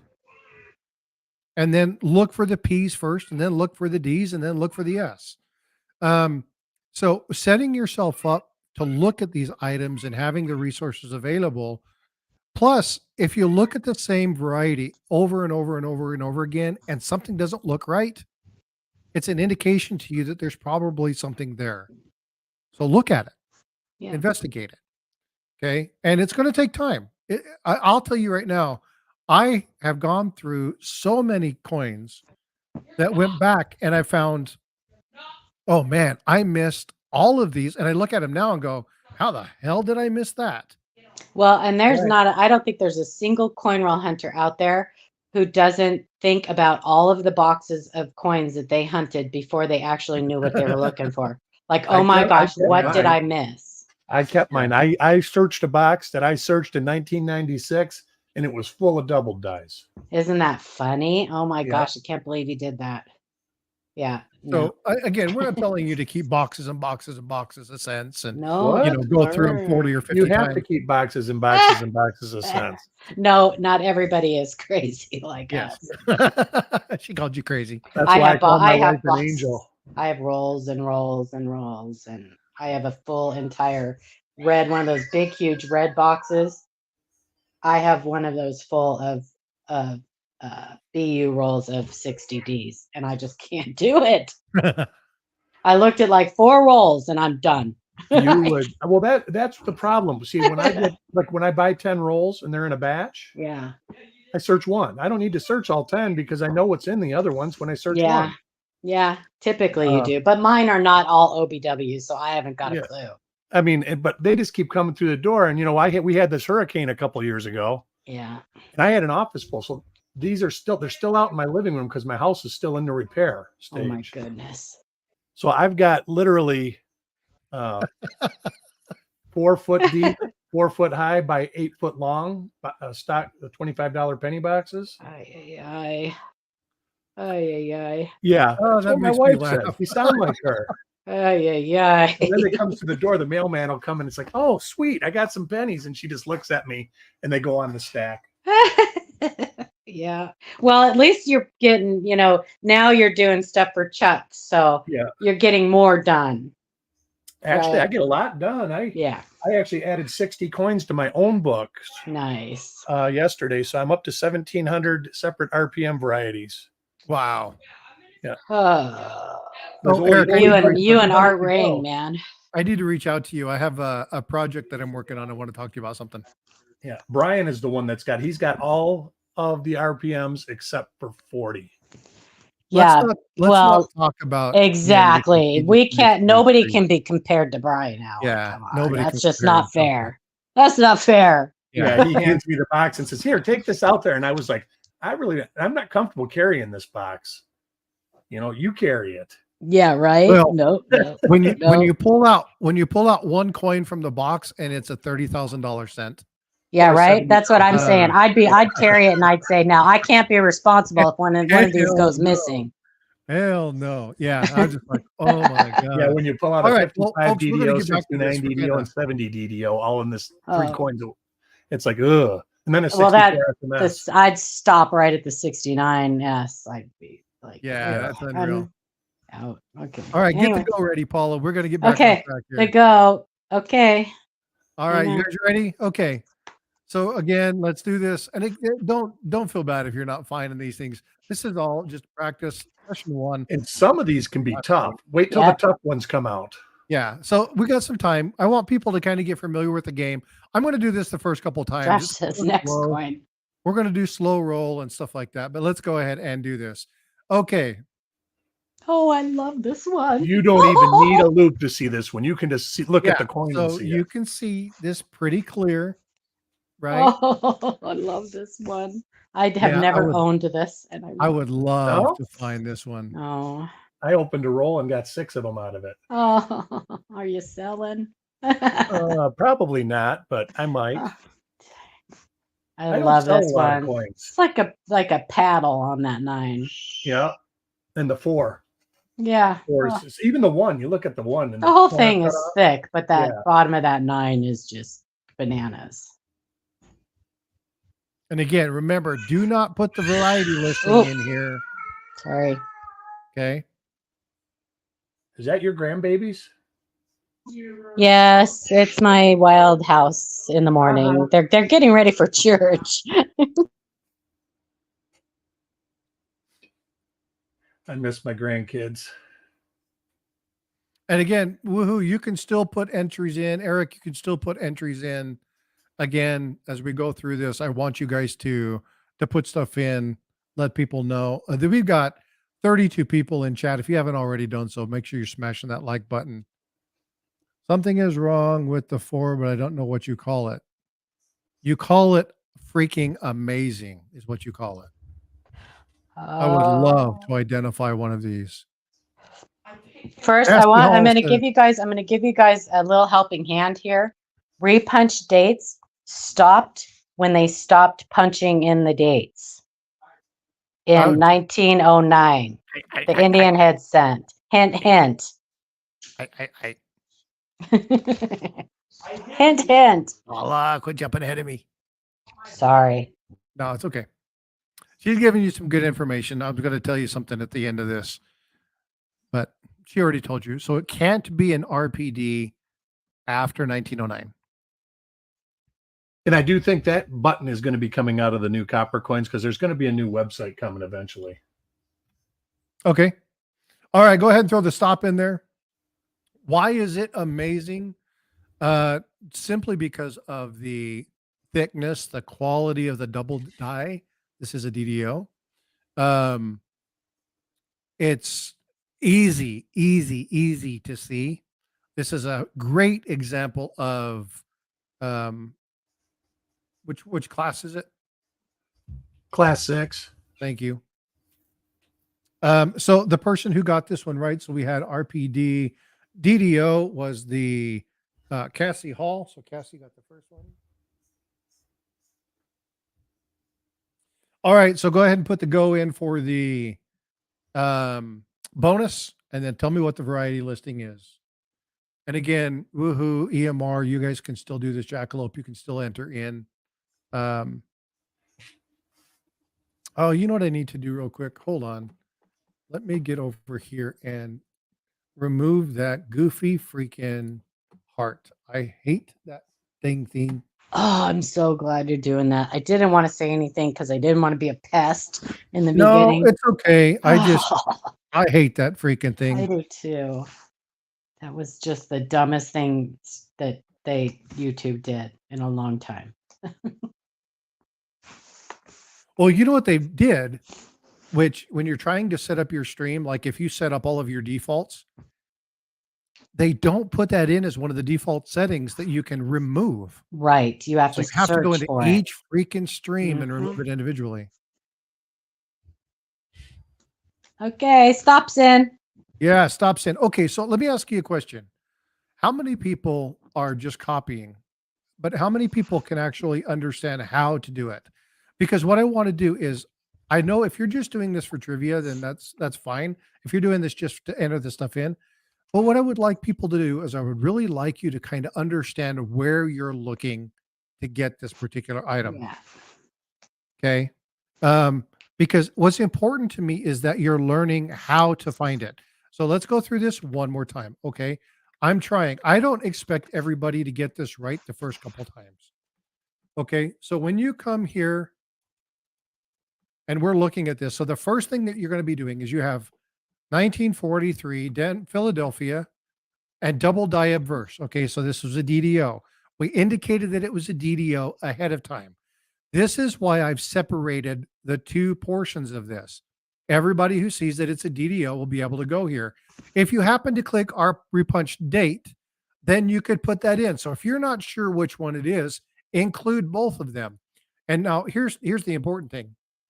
There's no item for RPD. So if you put RPD, oops, that's wrong. So it's got to be a DDO, right? So you'd put it under DDO and then you'd submit search. And it's the very first one. It's right here. You would be able to identify what that is. And you can see just really clear thickness. Now, when you look at this here, you can see how thick that bottom 9 is. It's just unreal. That 4, the 3. And again, if you scroll through here, you can see this is a DDO, but look at the difference, right? There's such difference in that other one. It's massive, right? You don't even need a magnifying glass or a scope or a loop to see this. Yeah, this is bare eye. You can just look at the coin. You just look at this coin and go, "Oh yeah, that's not right." And Eric had a good point. He said that this just looks smushed. Well, it is. It is smushed, but it's not smushed. It's not post minting smushed. It's smushed during the hubbing process. So it is kind of smushed in a way. And again, the silent silver sector, I want you to understand something. This is learning. Mm-hmm. I want you to try. That's all I want you to do. Yeah. Because the more you try, the more you're going to have little epiphanies along the way, right? You're going to have these little moments that go, "Oh, wow. You know what? Makes total sense. I got it. That makes sense. I got it." And I just this type of realized doubling something. is almost all through the early 40s and mid 40s. There's a lot of real thick 9 and 4s on the dates. Mm-hmm. See that little straight edge on the back of the 9? That's one way to really kind of diagnose some of them too. Yeah, you just got that extra added thickness. And again, when we come down here, this is the same thing, just not as severe. Right? So this one is a little bit harder to see. This one is just blatantly obvious. Right? And I want people to understand, I want people to see the varieties that I've given you are pretty clear. Because I want you to get familiar with some of the big ones. Some of the smaller ones, like this is a doubled eyelid. Good luck. Yep. I wouldn't be able to see this at all. Right? This is what you get any abrasion on that die and that's gone. Yep. And this is what Eric was talking about a poorly located die scratch. Yes. Right? What's the difference? I got no freaking idea. I don't have any clue. Right? You look at these lines, it's like, is that an eye out here? What's out here? I don't know what I'm looking at. Okay, I'm not gonna even include these things later on until we start getting much better at it. Till people start understanding what we're looking at. Right now, I want people to understand the difference between this and this. This is a double die, and this is a double die. But I want people to see these things. I want them to stand out for people. Once you start seeing these items, once they start standing out for you, then we can move on to harder and bigger and better items. So again, the first couple times we do this game, it's going to go just like this. We're going to be talking about a specific coin. We'll probably do something like, I don't know, maybe the 1954, which has a lot of good stuff in it. We'll probably do something like that next. Hint, hint, wink, wink. Pay attention to Thursday's short Okay, look at the short. Every photo is going to be listed. I think you should, if I can suggest, I mean, I love Chuck's site. I think you should use periodically the other two. I'm not going to use the same one every time. Okay. Right. Okay. Well, that's what I was telling him. He could Yeah. do different denominations. Yeah, just so they get used to It's not always going to be pennies. different. I've got half dollars that are going to be done. I've got nickels that are going to be done. When I've I got do it, other, Yeah. when I attribute, I always have all three sites up. Yeah. And the reason is because I like the way Variety Vista has all the thumbnails like in a group. Mm-hmm. The problem is he doesn't put dye markers on most of the photos. He just does block photos of certain areas all the time. But then you've got Wexler who has a lot of good notes in some pictures, but it's done in the WordPress where you just Wexler's is the hardest for me. I rarely use him. I rarely use all Wexler. three because it lets you diagnose something that, let's face it, we don't all have the same dye states or dye stages. Yeah. That's the only time I use Wexler. Is if so you can identify the same dye in a different dye state or dye stage by using all three sites. Yeah. And EMR makes a really good point, and I'm going to actually pin this comment because I want people. This is something that Paula and Eric both said earlier. Okay, we're looking at BU coins, right? So it's easier to see on some of them. But again, I'm not worried about the fact that these are BU coins. I want you guys to be able to look at some of the major items and be able to identify what the variety is. Yeah. Right. Now, in many cases, you can have post-mint damage that has smushed out the 9. Right. And it'll look kind of like this, but all of the 9 will be smashed. Or you'll have a strike on it where something hit, like another coin strike or something, that only flattened out this portion of the 9, but there's nothing else in any of the rest of the numbers. Okay. I want you to be able to identify the difference between a DDO and a damaged coin. And these are not errors. These are varieties. There is a difference. And if you guys have a coin that you have that is labeled like error or whatever, and you don't know what it is, you can't see it, send pictures to one of us, and we can help you. Like, we'll look at the coin and say, okay, yeah, it's got a dye chip on it or whatever, if you don't know what you're looking at. And a lot of times coins are labeled as errors or varieties, and they are not an error or a variety. The person just mislabeled it. So when you're talking about the value of these, they range depending upon the rarity of the coin. They pair upon quality, interest, right? How many people are interested in it? Stuff like these, right? Lots of people want them, so they're going to fetch a higher profit. The one that we showed with the D over D earlier, right? It's an expensive coin. But it depends. Now you talk about a rabbit hole. Yes, it can be. But again, when you're looking for these things, look for the things you want to find. I don't expect you to know all of these. Right. I mean, it's amazing, okay, to sit down and listen to Charles Daughtry, or Chuck, as he's affectionately known as. Charles. Walk through this stuff and just say, oh, yeah, that's 1DDR 174. That's RPM 310. That's RPM 276. You can tell that by the concentric dye circles around the. I don't expect anybody to be like that because that's all he's devoted his life to for the last 40 years. What I want people to be able to do is locate the major items that stand out, or how to identify what the variety is. Okay, that's what I want people to be able to learn. How common are these? Eric, you can talk about that. How common are some of these? Some can be common, some can be real rare, some are more collectible and less collectible, but in general, it's not unusual to search a roll of coins and not find anything. Right. And it's not unusual to search a roll of coins and find a half a roll. It's not unusual to search a box of coins and find nothing. That's correct. That's correct. Okay, I have that problem.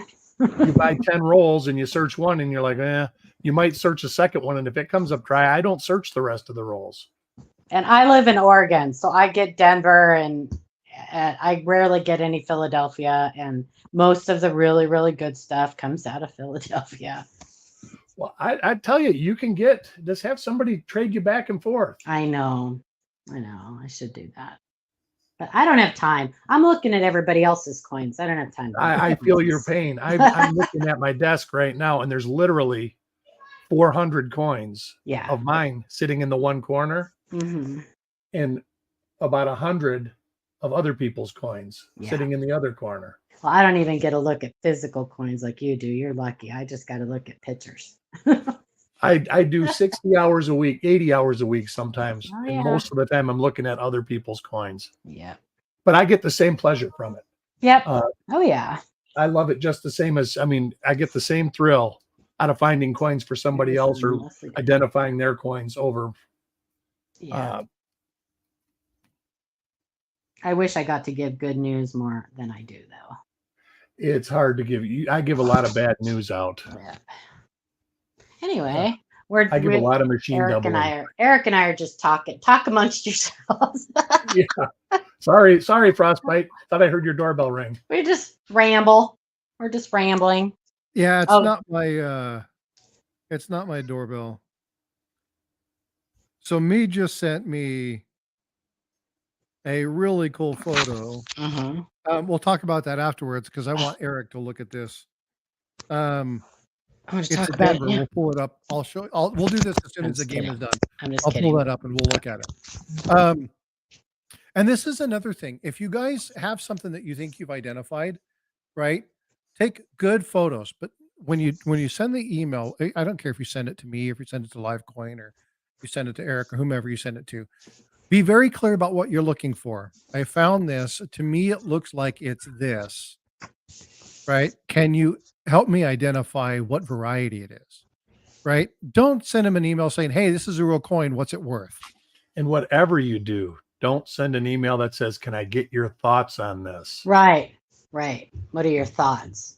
Well, I have lots of thoughts because you're liable to get anything out of me if you ask me what my thoughts are. You never know. It's probably not going to be about your coin. I understand why they say that, but I get it so much. When I see it, it automatically dismisses a lot of my ability to pay attention. And try to take good quality photos. Now, here's one thing, and I know a lot of people don't have great cameras and they don't have the ability to do it.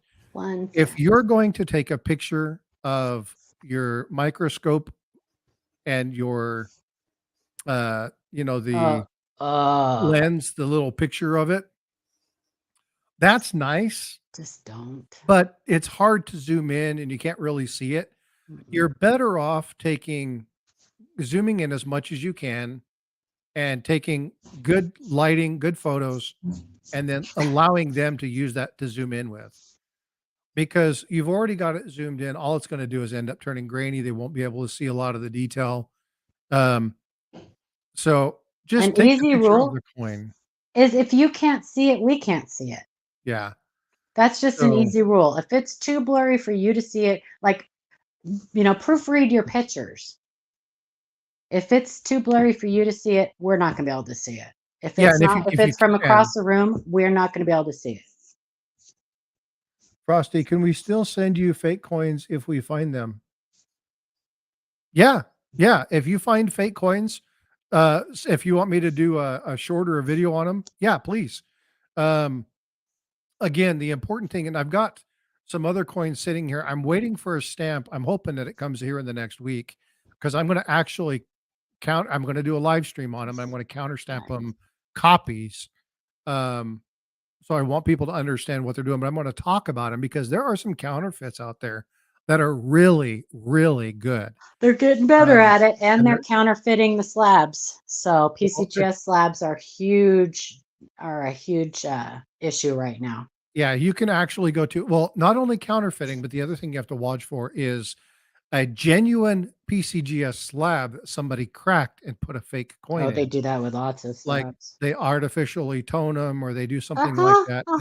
And the stuff in them, and then they try to pass it off as authentic.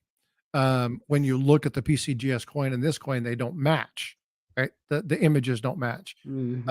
So there's a lot of things you need to look for. But if you want to send me one of those, go to the About Me or hit in exclamation point ship. You'll get my email or get my address. You can go ahead and send me those. Just let me know what you want me to do with them. There's a great Facebook group. If you guys, if you're on Facebook and you want a great Facebook group for counterfeits, it's run by Jack Young, who is the best when it comes to counterfeit identification. It's called Dark Side Counterfeits and Fakes. That is a great group. Jack is constantly putting up new. He's got like he's got lists of known counterfeits, all kinds of stuff. So if you guys, are on Facebook and you want a great group to join. So just like a little call out for Jack Young. If you guys look at the video that I did on, or that is being released on Tuesday, all of that information came from Jack Young. All of the information, the photos, the kind of highlight information. I obviously give him all the credit. But if you want to look at this, you'll see, and this is why, certain time markers, certain things are in place. Yeah, the dude's brilliant. Got a great resource. Oh, he is. And he gets things removed constantly from eBay and stuff. I mean, he just has to say one word to them and that listing is gone. He helped me get a listing for a 1907 doubled or 1907 double eagle. It's a real, the coin looks flawless. It's got the right die markers. It's got everything. It doesn't test right. It doesn't weigh right. When you look at it compared to a real one, you'd know it's not genuine. But they got the labeling almost correct. Like it's really, really close. And he helped me get the listing removed. He must have the group being private now because it doesn't show up on a search. It is private. So you have to request to join. You can't even find it's not even listed. Yeah, I'm right. I'm on it. Yeah, I'm not on it. Members may not be able to come on. You may have to be on there through request. Yeah, you have to. It's by invite only. Yeah, you have to be on there via request, and then somebody can send requests. And I want to add somebody, and then they'll have to go send them the request. Oh, only members can find this group. Okay, it is hidden. Yeah, so I didn't know he hid it because a lot of private groups aren't hidden. He did hide his. So we only got a few more of these. Let's go ahead and get back on track. We got a little bit squirrely here on these ones, so let's go ahead and hit the next one. Let me know when you're ready to hit the go in. Oh gosh. Okay, I'm terrible mod. Sorry. It's okay. Hang on. I know I'm not doing. But again, this first one wasn't designed to go quick and rapid. It was more to go around general chit chat, so the people could kind of understand what we're looking for and have more discussion. All right. So this one should look very familiar. This is a true or false. Okay, true or false only. This is a normal 43 cent. True or false only. You can do T or F. You can do true or false. I don't care. Doesn't matter. I just want to know if it's true or if it's false. This is a normal 1943. I'm going to defend these people. I know, me too. Define normal. That's not well. That is a bad I was looking at that listing. Yeah, that's kind of a bad preview picture. Yeah, it is. Those aren't my pictures, by the way. Yeah, because you got to show more of the coin than just that. Liberty would have been a better. Yes, Liberty would have been better, and the eye would have been better. But even this part of the listing doesn't even show the eye. Yeah. Sorry, I gave them a hint. Well, but again, when we're talking about some of these are very difficult, right? This is probably the hardest one on here. It is. You can see on the 4. You can see on the 4. That's kind of the thing that I was going for. Okay, go ahead and hit the stop. Let's gosh. Okay, sorry, I'm going. Jackalope says I refuse to answer. That's okay, no problem. Because he doesn't want to incriminate himself. Okay, there you go. Stop. Maybe it's a small date. Okay, so Small date. What? yeah, There's no there's no large date, small date small for date. 43. That's 60, yes. But not in 43. All right. So, and you're talking about the position of the 4. The position of the 4 is higher. You can see it on the tail, but really the doubling is on the I and on the bottom of the Y on that listing. But again, here the purpose for this is to show people that sometimes the items are very small that you see. Okay. And pictures matter, right? And I'm going to change that because that thumbnail is not cool. It's very not deceiving. a good one. Yeah, it's not the best pickup point for that coin. No. Right. So you can see a little bit here in the 3. And you can see a little bit here on the 4. So you see the 2 here. Somebody earlier had said that looks like a normal 1943, and I'm looking at it and I'm like, yeah, it doesn't look very thick. And then I'm looking at it and said, yeah, there's a little doubling. But then I looked at the whole listing. There is doubling in the listing. Right. So we'll show. Okay. So go ahead. And if there wasn't so much shadow on the bottom of that 9 too, it would be better. But yeah. But you can see it on the back of the 4, the little tail of the 4. There's some splitting, and inside the 4, there's a little bit. That little nubby on the 4, you guys, is normal though. So the little nubbin. Yeah, but I don't know what you call it. In the nub. A nubbin. Yeah. But okay. I see we get a lot of people that go, what is that? It's got to be something on that 4. See, if you scroll down and look at the bottom of the Y. I will in just a second, but I want you guys to put in the bonus. A bonus. Bonus go. Bonus. Where's Charles? You need Charles. I'm not good at this stuff, man. I get like too distracted. That's okay, squirrely. We'll coordinate this. So tell me what listing. I'm having fun watching this. I'll give you a clue. I showed you guys the listing when we were talking about the other coin. There you go. There you Okay, go. I gave you guys a clue. Woohoo says 03. Silent Silver got that first. Yeah. Who says that? Okay, who else? Nobody else is answering. Everybody's like, this is dumb. We're not going to answer. There they go. Okay, I'll put in, hang on. Should I go ahead and put in the stop? Nobody's doing it. Go ahead, put it in. Don't get frustrated, you guys. Just have fun with it. It's kind of like a Easter egg hunt. This is about learning, right? This is about being able to identify. It can be relaxing. It's like doing a puzzle sometimes. We're kind of weird people, but. And again, this game is not. This isn't like Ida's trivia. No, this is for people that want to learn. This is for you guys to learn a skill set. This requires you to look and observe and understand. And again, the reason we're not going through this fast is because I want people to understand what they're seeing. Now, the listing is here. So Silent Silver got both of them. Now, Cassie was correct on the other one, but Cassie already had a correct answer on the first one, so it goes to number 2. That was Silent Silver. Silent Silver got the item right. Now, here's the listing. Okay, as you see. I'll be right back. I'll be right back.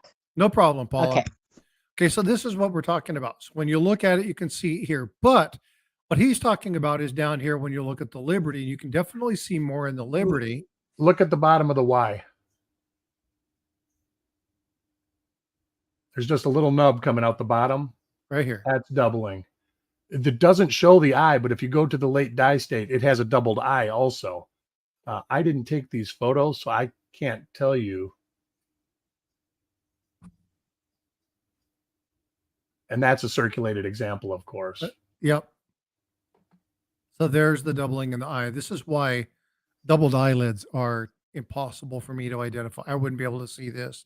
I would look at the ulcer here, but that's damage. This is what we're looking at right here. So I've got to address that and make that easier to, I mean, there is thickness on the bottom of the 9, but not very much. It's very light. Well, this is another thing that's important for people to understand. Die wear, a late die state, can have extra thickness, right? Or make it look like it has extra thickness, but it isn't. a circulated coin can look like it has extra thickness, right? So when you think you find this, this is where those dye markers come into play. If you think you found something and they don't have any of the dye markers that are listed for that particular variety, and again, folks, when you're looking at varieties, they have to be exact. Okay, it can't kind of be close. It has to be exact. Those dye markers have to be in the exact same spot, right? If you don't find any dye markers and it looks like this, it may just be an old war coin. And this is where practice and stuff comes into play. Open the marker photos to find these. So we'll go back down. Well, in this one, you don't really have, you see some doubling there in the Wii, but you don't really see, this isn't listed. This is what Eric's talking about. On this particular variety, he needs to do some additional, find another one of these and take some better photos. All right. So anyway, we did that. It was 1DO003. So Silent got that one. We'll go ahead and go to the next one. Eric. Okay. So this one, this is not a Coppercoins example. I hope not. No, this is not a Coppercoins example. I want you guys to look at this one very carefully. Go ahead and just put in a go. Okay. And I want you to tell me what this coin is. Now, I want you to look at some things. Okay. Look at the color. Look at the color. Look at the L. Look at the hair. Look at the date and look at the mint mark. What do you see here? Okay. Because this is a very, very, very, very frequently. Can I give a hint? No. Darn it. Okay. You're like, you're wanting to say something, aren't you? I am. Okay. But I don't want you to, because I want people, these are things that people need to look for. You guys see these all the time. A lot of people may have never seen one. And I gave a crappy photo as a reference on purpose, because this is what you'll see on listings like eBay. These are the kind of things that you'll see on listings like Can I get your thoughts? Or some of the other ones. Okay. These are things that people need to be familiar with when they're looking at these particular items, because they need to know what to pick up. Go ahead and put the stop in. Oh, shit. I'm terrible at this. I get so distracted. I'm like reading the answers. I will coordinate with a moderator to do this next time. Please do. Yeah, Fire me. No worries. He's listed as a moderator, though. I know, but I need to be fired. Apps always. I think he only gave me that so that I could post links. I can do that. Well, you're up here for a couple other reasons too. You're up here for comic relief. Josh, I got you that your F was supposed to be an E, not a problem. I figured that out. Okay, so I'm going to go ahead and let Paula talk about what she wanted to. Eric, go ahead. This is something that is very, very often counterfeited. They use to try to fool people. For those of you who aren't tracking, the 1943 copper cent is highly sought after because of its value. This is supposed to be a steel cent. It's supposed to be a steel cent because in 43 they didn't do any coppers. Now there were some coppers that made it into the mix. However, they're rare and valuable. There are some things to look for. So I'll let you guys talk about this particular one and some of the things that they need to be looking for when looking at things that's coins that are put together like this. Well, I start out by saying if it's one, it's the other. So there's obviously two things that if it's coated, then it's damaged. It's damaged. So obviously you know that if it's, now I can't tell from this picture whether this is actually a reprocessed steel cent with just a weird color filter, or just the picture is just colored weird, or if this was somebody trying to, a copper plated steel cent, somebody trying to, fart around with. Now I can tell you it's copper coated because obviously of where I took the photo. Okay. This is one that was being passed on as a genuine 43. But the thing that they told you to look for was number one, there's some hit marks in the face in that area by where his sideburns would be.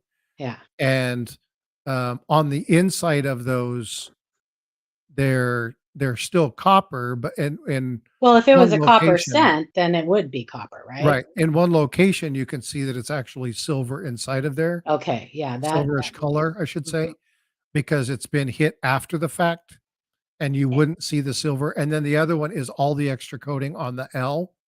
Yeah, So it's super. There is spillover. You can see the Yeah. spillover. Even on the bust, you can see the spillover. It's super shiny. It's overly shiny. Yeah. So a lot of people say, well, it could have been a cleaned coin. Could have been, but when you look at the details, you look at the area above the eye, and again, you can't see that very well. It's very thick, right? There's like it's one solid line all the way up. And again, those little hit marks, you can see that there's stuff inside, but that one that's there, get my mouse over here. It's this one right here. In this area right here, you can actually still see the steel.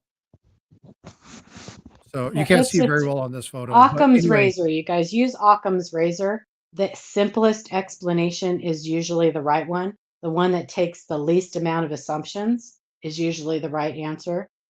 You're probably never going to see a 1943D copper cent on eBay, ungraded on eBay. You're not going to find one in your pocket change. Buy lottery tickets. You're more likely to win that. But actually, yeah. I think the last one was found in a school kid's lunch. In a lunch, but that was the very first one, way back. Yeah. Yeah, way back when. And I think that was in the 40s or in the 50s that was found. But, yeah, and again, one of these things when we're talking about this, and this is something, and I know Paula has her. Let me think of a word that's not. Oh, you're not going to hurt my feelings. Too harsh. Go ahead. You won't She's hurt my got her belief system about how certain things are. But you may find if you see you may find this in pocket change. Yeah, good luck. There are certain ones you're never gonna find. This is one of them. But it doesn't mean you shouldn't look for them.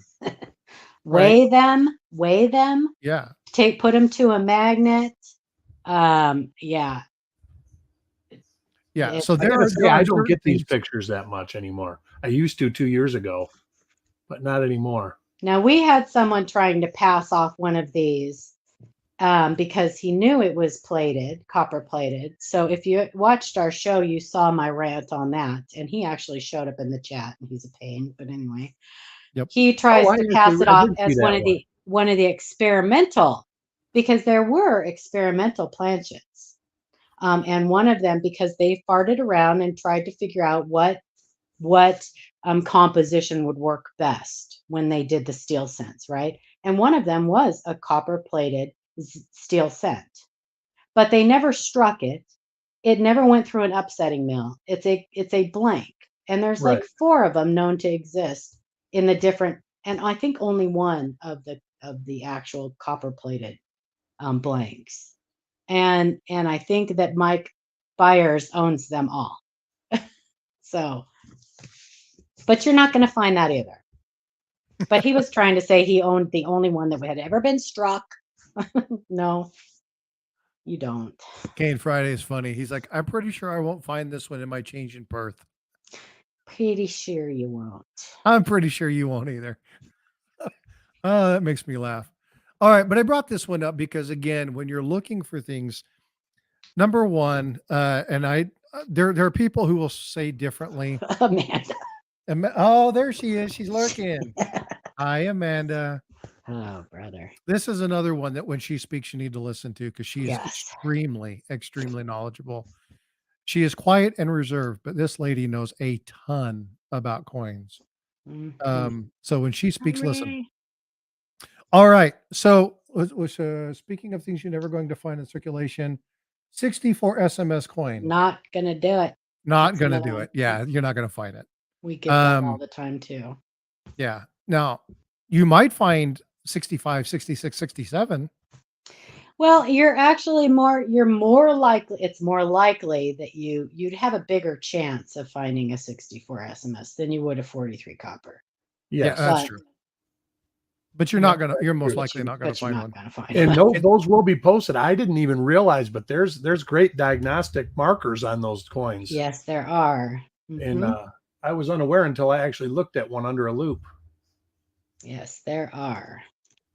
So I wanted to share this one specifically with you guys because, again, when you're looking at varieties online or you're looking at these rarities online, one of the first telltale signs that you don't have what you're looking at is crappy photos. Yes. If you have anybody who knows what they actually have and they are really genuine about this, number one, any really, really rare coin that's not slabbed is suspect. Number two, any really, really rare coin that is sold on eBay for $60 that normally sells for 700 or 800, pretty good indicator. But you can also find coins that are $10 coins that are listed for $3,000. Okay. My personal thing, unless you know the person you're buying from, like if you want to go see Ant or Blue Ridge Silver Hound, or you want to go check out one of theirs, you know the understanding they have about their coins. Follow those channels that you know are really smart about the coins that they list, but only buy from those. You're going to save yourself. Don't buy anything from Etsy when it comes to coinage. Don't buy anything from Alibaba when it comes to coinage, because odds are you're not going to get anything genuine. But look at, yeah, I know other people that have done the same thing, Josh. If you're buying at an auction house, counterfeit a real make coin? sure you're buying from a reputable source. Okay. There are coin shops that have eBay listings. There are ones that do auctions here on YouTube that we know are good. But again, buy from a reputable source. There are altered Hennings. Altered nickels that people claim are Hennings. So that's a counterfeit, right? Yeah. All right. So I was just thinking a counterfeit. That would make it real, right? A counterfeit Henning would be a counterfeit. It's not a double entendre. Yeah. No. But again, there are people who will try to fake the fake coins. There's a fake, what is it called? It's the Omega gold, right? The Omega Man gold is a counterfeit, but there are people who have tried to fake it that don't have some of the other diagnostics that you would find when you're looking at that particular coin. So one of them is the ray. There's a line item on one of the rays that is there on the original one that doesn't show on the others. I'll have to figure that out because I know there's another one. But anyway, when you're buying from reputable sources. All right, let's go ahead and go to this. This is one of the last ones. This one's a little bit harder. Okay. Now this one I'm asking, now do not enter the class in yet.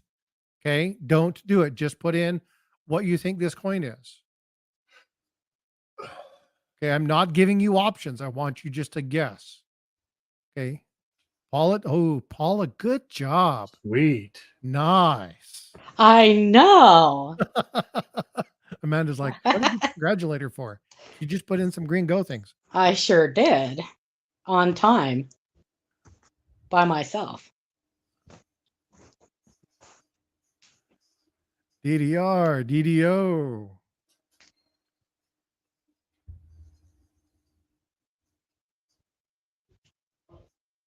All right. So remember, when you're looking at a cent, 43 steel cent, where is the 1 cent located? Okay. So again, you're seeing the wheat stock. That's another clue. It's another hint, right? Be familiar with the items that are on the obverse and the reverse. Okay. Well, maybe they aren't aware that maybe they think that all double dies are that acronym. Well, but that's why I listed the acronyms Yeah. before, right? This is why Oh. when we get on further with this, I won't be doing that. Or I might. We'll just see. We'll play this out. Okay. But again, when you're looking at the items on a coin, so an additional question, this is going to be for a BU wheat cent. Ooh. Okay. What are the items on a coin called? Eric, you can't answer. Paula, you can't answer. Okay. Okay. What is this and this and this? What are those? What are those called?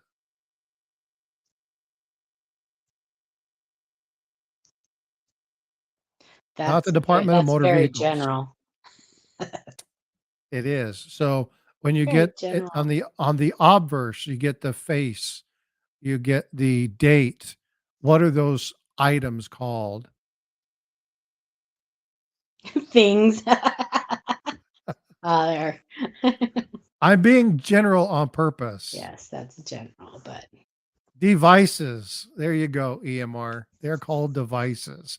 Know what devices go on the obverse and the reverse, right? Know the anatomy of a coin. It's important. So go ahead and put the stop in. I did already. Did you put the stop in? I didn't see it. Did you just say stop? I put the stop in. It's in the Oh, chat. it's there. Okay, I just didn't see it. So jackalope. So okay, so the first person to get this right already has an option in. Jackalope already has an option in. So me gets listed because he's the first one that has this in that hasn't guessed this right already. And then go ahead and enter in the go, and let's do the bonus. On this particular one, okay, again, it's Philadelphia unless otherwise stated. Okay, I want you to tell me what the class is. So Silent Silver Shocker says class Sure. 6. Silent This- Silver Shocker. This is a beautiful double die. Indeed. Me didn't even guess on this. Yes, I realize that. Again, I know that people are like, oh my God, can we just end this? And this is the last one, so not a big deal. And we're going to be finishing, but I want people to understand what we're looking for. So when we're done, hey, what's going on, Siren? Thanks for coming in.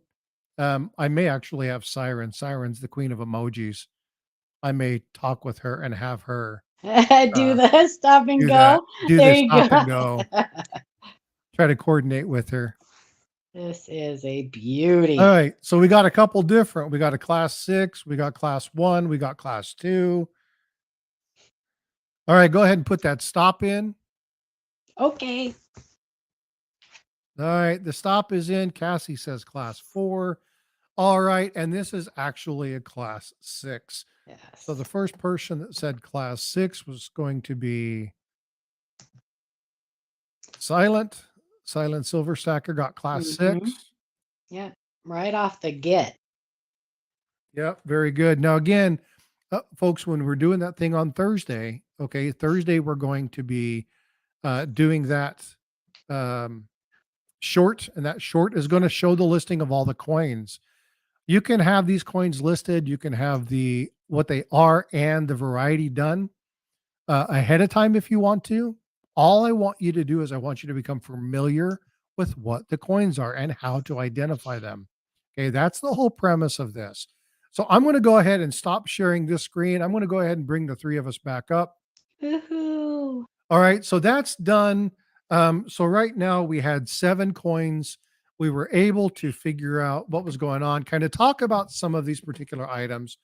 But what I want now is I want some feedback. Now I'm going to put a I'm going to do a drawing here in a little while for this,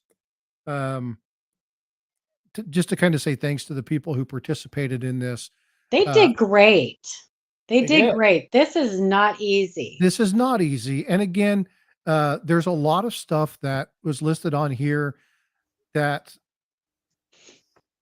if you've never seen them before or you have no idea what to look for, all I want you to do is give it a go, right? I want you to try. Because what I would like for people to learn is, this happens with stackers all the time. Stackers have, let's say that they have a tube of Morgan dollars. or they have a tube. I like peace dollars better than I like Morgan, so I'm going to say peace dollars. Let's say they have a tube of peace dollars, and they're like, this tube of peace dollars is, $600 or $500. Okay, cool. Let's go through them. And we go through them, and they're like, well, I don't really care about the dates. I don't really care about what's on the particular of the coin. I only stack for weight. Okay. So the fourth coin in the set is a 1928.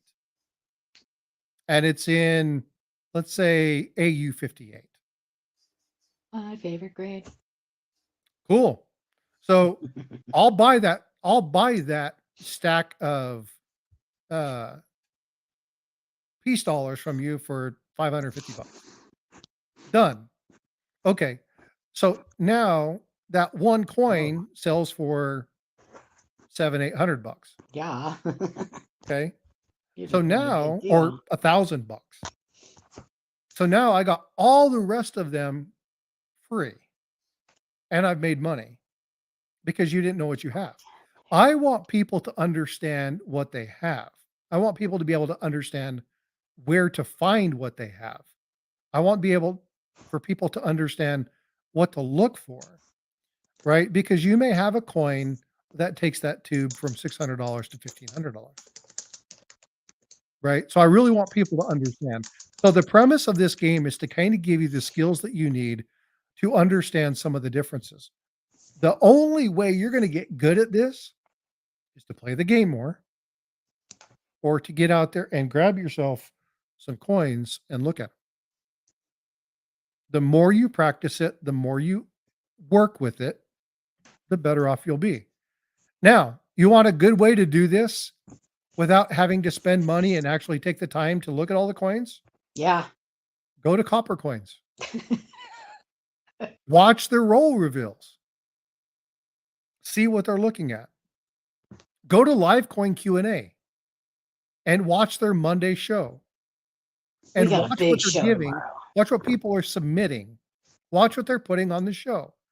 What is it that they have? What is it that they're looking for? What is it that they presented? Go watch the videos and the shorts that they do. Amanda puts out great shorts. She probably puts them out once a week, twice a week, something like that. She'll put out some good videos. Go watch those, right? Go watch. I wish Eric did more with. You can send us an email anytime too if you have a question. Muscle Eric, Shell. No, What's up, Rick Muscle K. Shell? Variety and errors are not the same. Look like Eric did more what? Variety and errors are totally different. Well, and that's again, so when we're talking about a variety and we're talking about an error, I get, and ask Paula, she corrected me for probably I know. 3 months. I just correct. I'm sorry. And, I have and it. no, I no, just no, no, it. don't ever apologize, because she Important. made me, like, I'm giving you a challenge. Make a video explaining the differences between each. It's important to know the difference. They And are in that totally video, different, and it's important. I cheated and I called Chuck, Chuck and I said, Charles. Sir Daughtry, Hi, Chuck. help me understand, because this is what I know it to be, but obviously I know it wrong. So help me to understand. And he sat down and walked through some stuff. And in him saying stuff, there were things that even amidst other people, he was like, if you hear this from somebody else, they're not going to subscribe to that. Yeah, there's some people that totally think some errors can be put on the die. There's a couple of them. I don't know about that so much. I always separate. Varieties are created when the die is created. Errors are created after the dies are created. Yes, and so some people believe, and it's okay, and I'm not sure that they're totally wrong, that some errors can be varieties, like die clashes. Well, that was where I'm going. That technically is in the die. So yes, but a variety can never be an error. That's correct. So there is a little bit of blurred lines there. I'm a purist, and I'm like Eric said, I believe that varieties happen during the initial creation of the die. Anything after that is an error. But I understand where there's a blurred line there. But they are completely different things. So you have to know the difference. Yeah, And EMR was like, "Oh my God, Overtons don't are start that rabbit varieties. hole." Overtons are varieties. What an overton is a die pairing, just like a VAM. An overton is a cataloging of a specific die pairing. And A this is VAM, something, VAMs are catalogs. It's a cataloging of yeah, specific die pairings. every Morgan dollar is a VAM, Every or single one. everyone. Pretty Yeah, much. because it's a And die pairing. It's just a so catalog with of the peace the die dollars, pairing. right? They're peace dollars. It's the same thing. Yep. They've cataloged the die pairings. Van When you're Allen and looking at the Mullis. overtons, right? When you're looking at those uh those seated liberties, or you're looking at Mhm. those the cat bust. The overton are the people who identified Newcombs, the various die Overtons, pairings. VAMs. Yep. So Yeah, there was a every one of those book, coins has an overton number. I think it It's was by just Kevin Flynn. Two dates are better than one. And 3/4 of the listings are literally little lines in the denticles where at the top of the date punch Mhm. went to the denticle. It's like impossible, you know. Yeah. right. But It's a again, good book, some though. of It is them a are more great book. collectible than others, Yeah. right? And that's what you're looking for, is the highly collectible ones.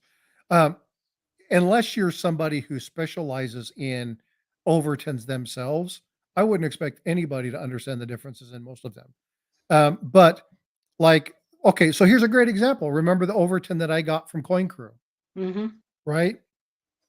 Really cool. It's not the only one that does that. There were so many of those that have the doubling on the face that there was like 30 of them we had to sort through to figure out which one it was. Yes, EMR. It was 003. Um, and so when you can't just say, well, it's an overton. Well, that doesn't say anything. What overton variable, what overton variety is it? What's Same the with listing, VAMs. VAM right? 1A, VAM. VAM 1, What's the VAM? What's is it? same obverse, different reverse. Same. And not all VAMs are created equally. Mm-mm.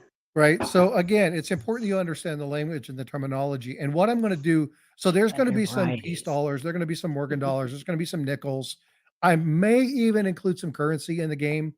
I don't follow currency, so I'll need somebody a little bit smarter on currency than me to be able, or not me, Frosty. I Um, nominate Paula What? I would like to for get the somebody like Blue currency. Ridge, Oh, or ugh. what's the dude that does all the eBay stuff? Currency? Sam with Kingdom Sam, right? Currency. Yeah. Have him give me some good He's going to be items on to our look show in for. a couple more weeks too again. So, yeah. Because what I would like to do is, I like, people like to collect different things. Like, everybody doesn't collect cents. Everybody doesn't collect quarters or nickel Shannon dimes, and Sean do currency. right? But getting those folks to provide me some good information so we can do some of those.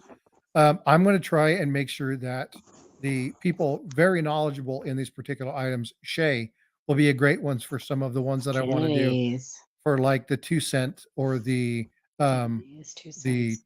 3 cent items. And I promise you, as I live and breathe, I will never use the word trickle again. Trickle, don't, or thrickle. Don't use that. It just makes you sound It dumb. just makes me sound stupid. And that's why I correct people when they use that terminology. Really, I don't care. Use what you like. I just do it so that if you're talking, you go out and you're talking to someone experienced in the hobby, you sound like you know what you're talking about. Yeah. Because someone experienced in the hobby is, if you say that 55 double die is an error, they're gonna look at you like you don't know what you're talking about. Yeah. So And use there it, are but some, go if you ahead, want to sorry. use it, go ahead. That's up to you. But Well, there's some people in the hobby that as soon as you spout the wrong thing, that you're already discounted. They've stopped yeah, listening to what you have to say yeah, because there's so much misinformation. Even somebody with the best intention, right? And you really want to be able to speak eloquently. This is why I'm very clear. If I'm wrong, tell me, because I want to give the best information I can. Correct me as frequently as you need to, because I want to provide the best possible information, and I do not want to provide misinformation. And if I do so, I'm not beyond taking videos down. Ask Paula. I've done that with yeah. shorts. I've done that with full length videos. I have completely removed them because I do not want to give out wrong information. I don't care that I lost a bunch of views. I don't. Didn't we screw the I don't pooch care on that the I lost Susan B. Anthony video or something like that? Say again? Didn't we get it back? Didn't we screw the pooch on the Susan B. Anthony video? Got it backwards or something like that? Yeah, there's a couple of them that I did that. And so there's some things where, now there are some things where it's like I can do post editing and stuff and put it in there and say, you know what, I misspoke wrong, and I'll put that in. But if it's already live, you can't do that post production editing. You can remove it, and I'll crop that section out. But if I can't do that, I'll just remove the video because I don't want that bad information on there. And then if I have it, I'll go fix it, and then I'll re-upload it and say, hey, this is a correction. I made an error before. Here's what needs to be done. Because I want to provide the best possible information. This is why I have these folks come into my stream. And I They're enjoy far more knowledgeable about things than I am. You're starting to get stuff that I used to think and know about and talk about a lot more. That, I mean, I basically just do pennies now. And back in the early 2000s, I collected everything. So you're like hitting on stuff that I actually used to think about. So you're bringing back good information that I actually have stored that I don't even think about ever. Yaxnoff, I just put in a link to our website, to the informational sites. And that's a good show. If you go down, it's all the coin informational sites that most of them, it needs to be updated, but there's coin attribution sites on that list, and it's got Brian's Varieties, Coppercoins, Cuds on Coins, DoubleDie.com, which is Wexler's, Flying Eagle and Indian Cents, that's Rick Snow, Mad Die Clashes, Ike Group, Van World, and Variety Vista. There's other ones other than that we need to update, like the seeded varieties and stuff. But that'll help you if you go on that. That'll take you right. It's got the links to all of those sites. So, and again, remember that today's show, this game, it's not going to happen every Sunday. This is going to be maybe a once a month or twice a month item. If you guys want it more, then let me know. I'll do this. If you guys want this to be a regular Sunday thing, that's great. But I want to do what you guys want to do. I am going to host this minimum once a month. Nice. If you guys want it more, then we'll do more. Yep, I was just about to throw that in there, me. Okay, I'm going to take off, you guys. Everybody have a blessed Sunday and have a great week next week. You guys, Paula. You too, Eric. Bye, Frostbite. You guys have a great day. Love you, my friend. Appreciate you. Love you too. Bye, guys. All right. So me, if I can have one of my mods throw in Coin Cruise auction. I know we got just a few more minutes. Give everybody the opportunity to grab some coffee, go use the facilities beforehand. Eric, thanks so much for coming up. Anytime. I enjoy it. I do appreciate you. Now, ladies and gentlemen, I'm going to go on a little bit later today. I'm going to do a little bit more of a live. I'm going to be going over some 2009 formative year Lincoln cents. I'm going to be looking for some die varieties, double die obverses or double die reverses, specifically have to do with the thumb. So if you guys are interested in doing that, that's going to be later on this evening, well after Coin Crew, but come check that out. I hope everybody is doing well. Siren put that link in there. Go check them out. And again, as always, let them know that we sent you over there to them. Coin Crew is great supporters of mine, and I want to make sure I return that favor. So Eric, thank you again. We will see you. Are you doing a reveal later today? 1 o'clock. 1 o'clock. Okay. If Coin Crew's auction's probably still going by that time, go check them out real quick. You can have that up or not, but thanks, Farm Dog. I appreciate you. Watch it on the rerun if you can't watch it live. Yep. And if you guys aren't a member there, tomorrow evening, they will do their reveal. Again, try that again.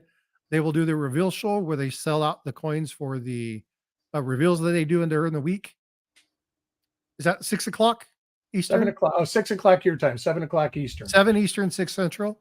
So go check that out. Again, if you come in, let Chuck and Eric know that I sent you over there. They're avid supporters of the channel, so I appreciate them a ton. Want to make sure I promote them. All right, folks, we'll see you later. I'm going to get out of here. I'm going to go head over to Coin Crew, do a little bit of modding. I'm going to go get a top off of coffee first. So we will chat with you later. Love you guys. Thank you so much for being here. I really, really appreciate you. And we will talk to you later.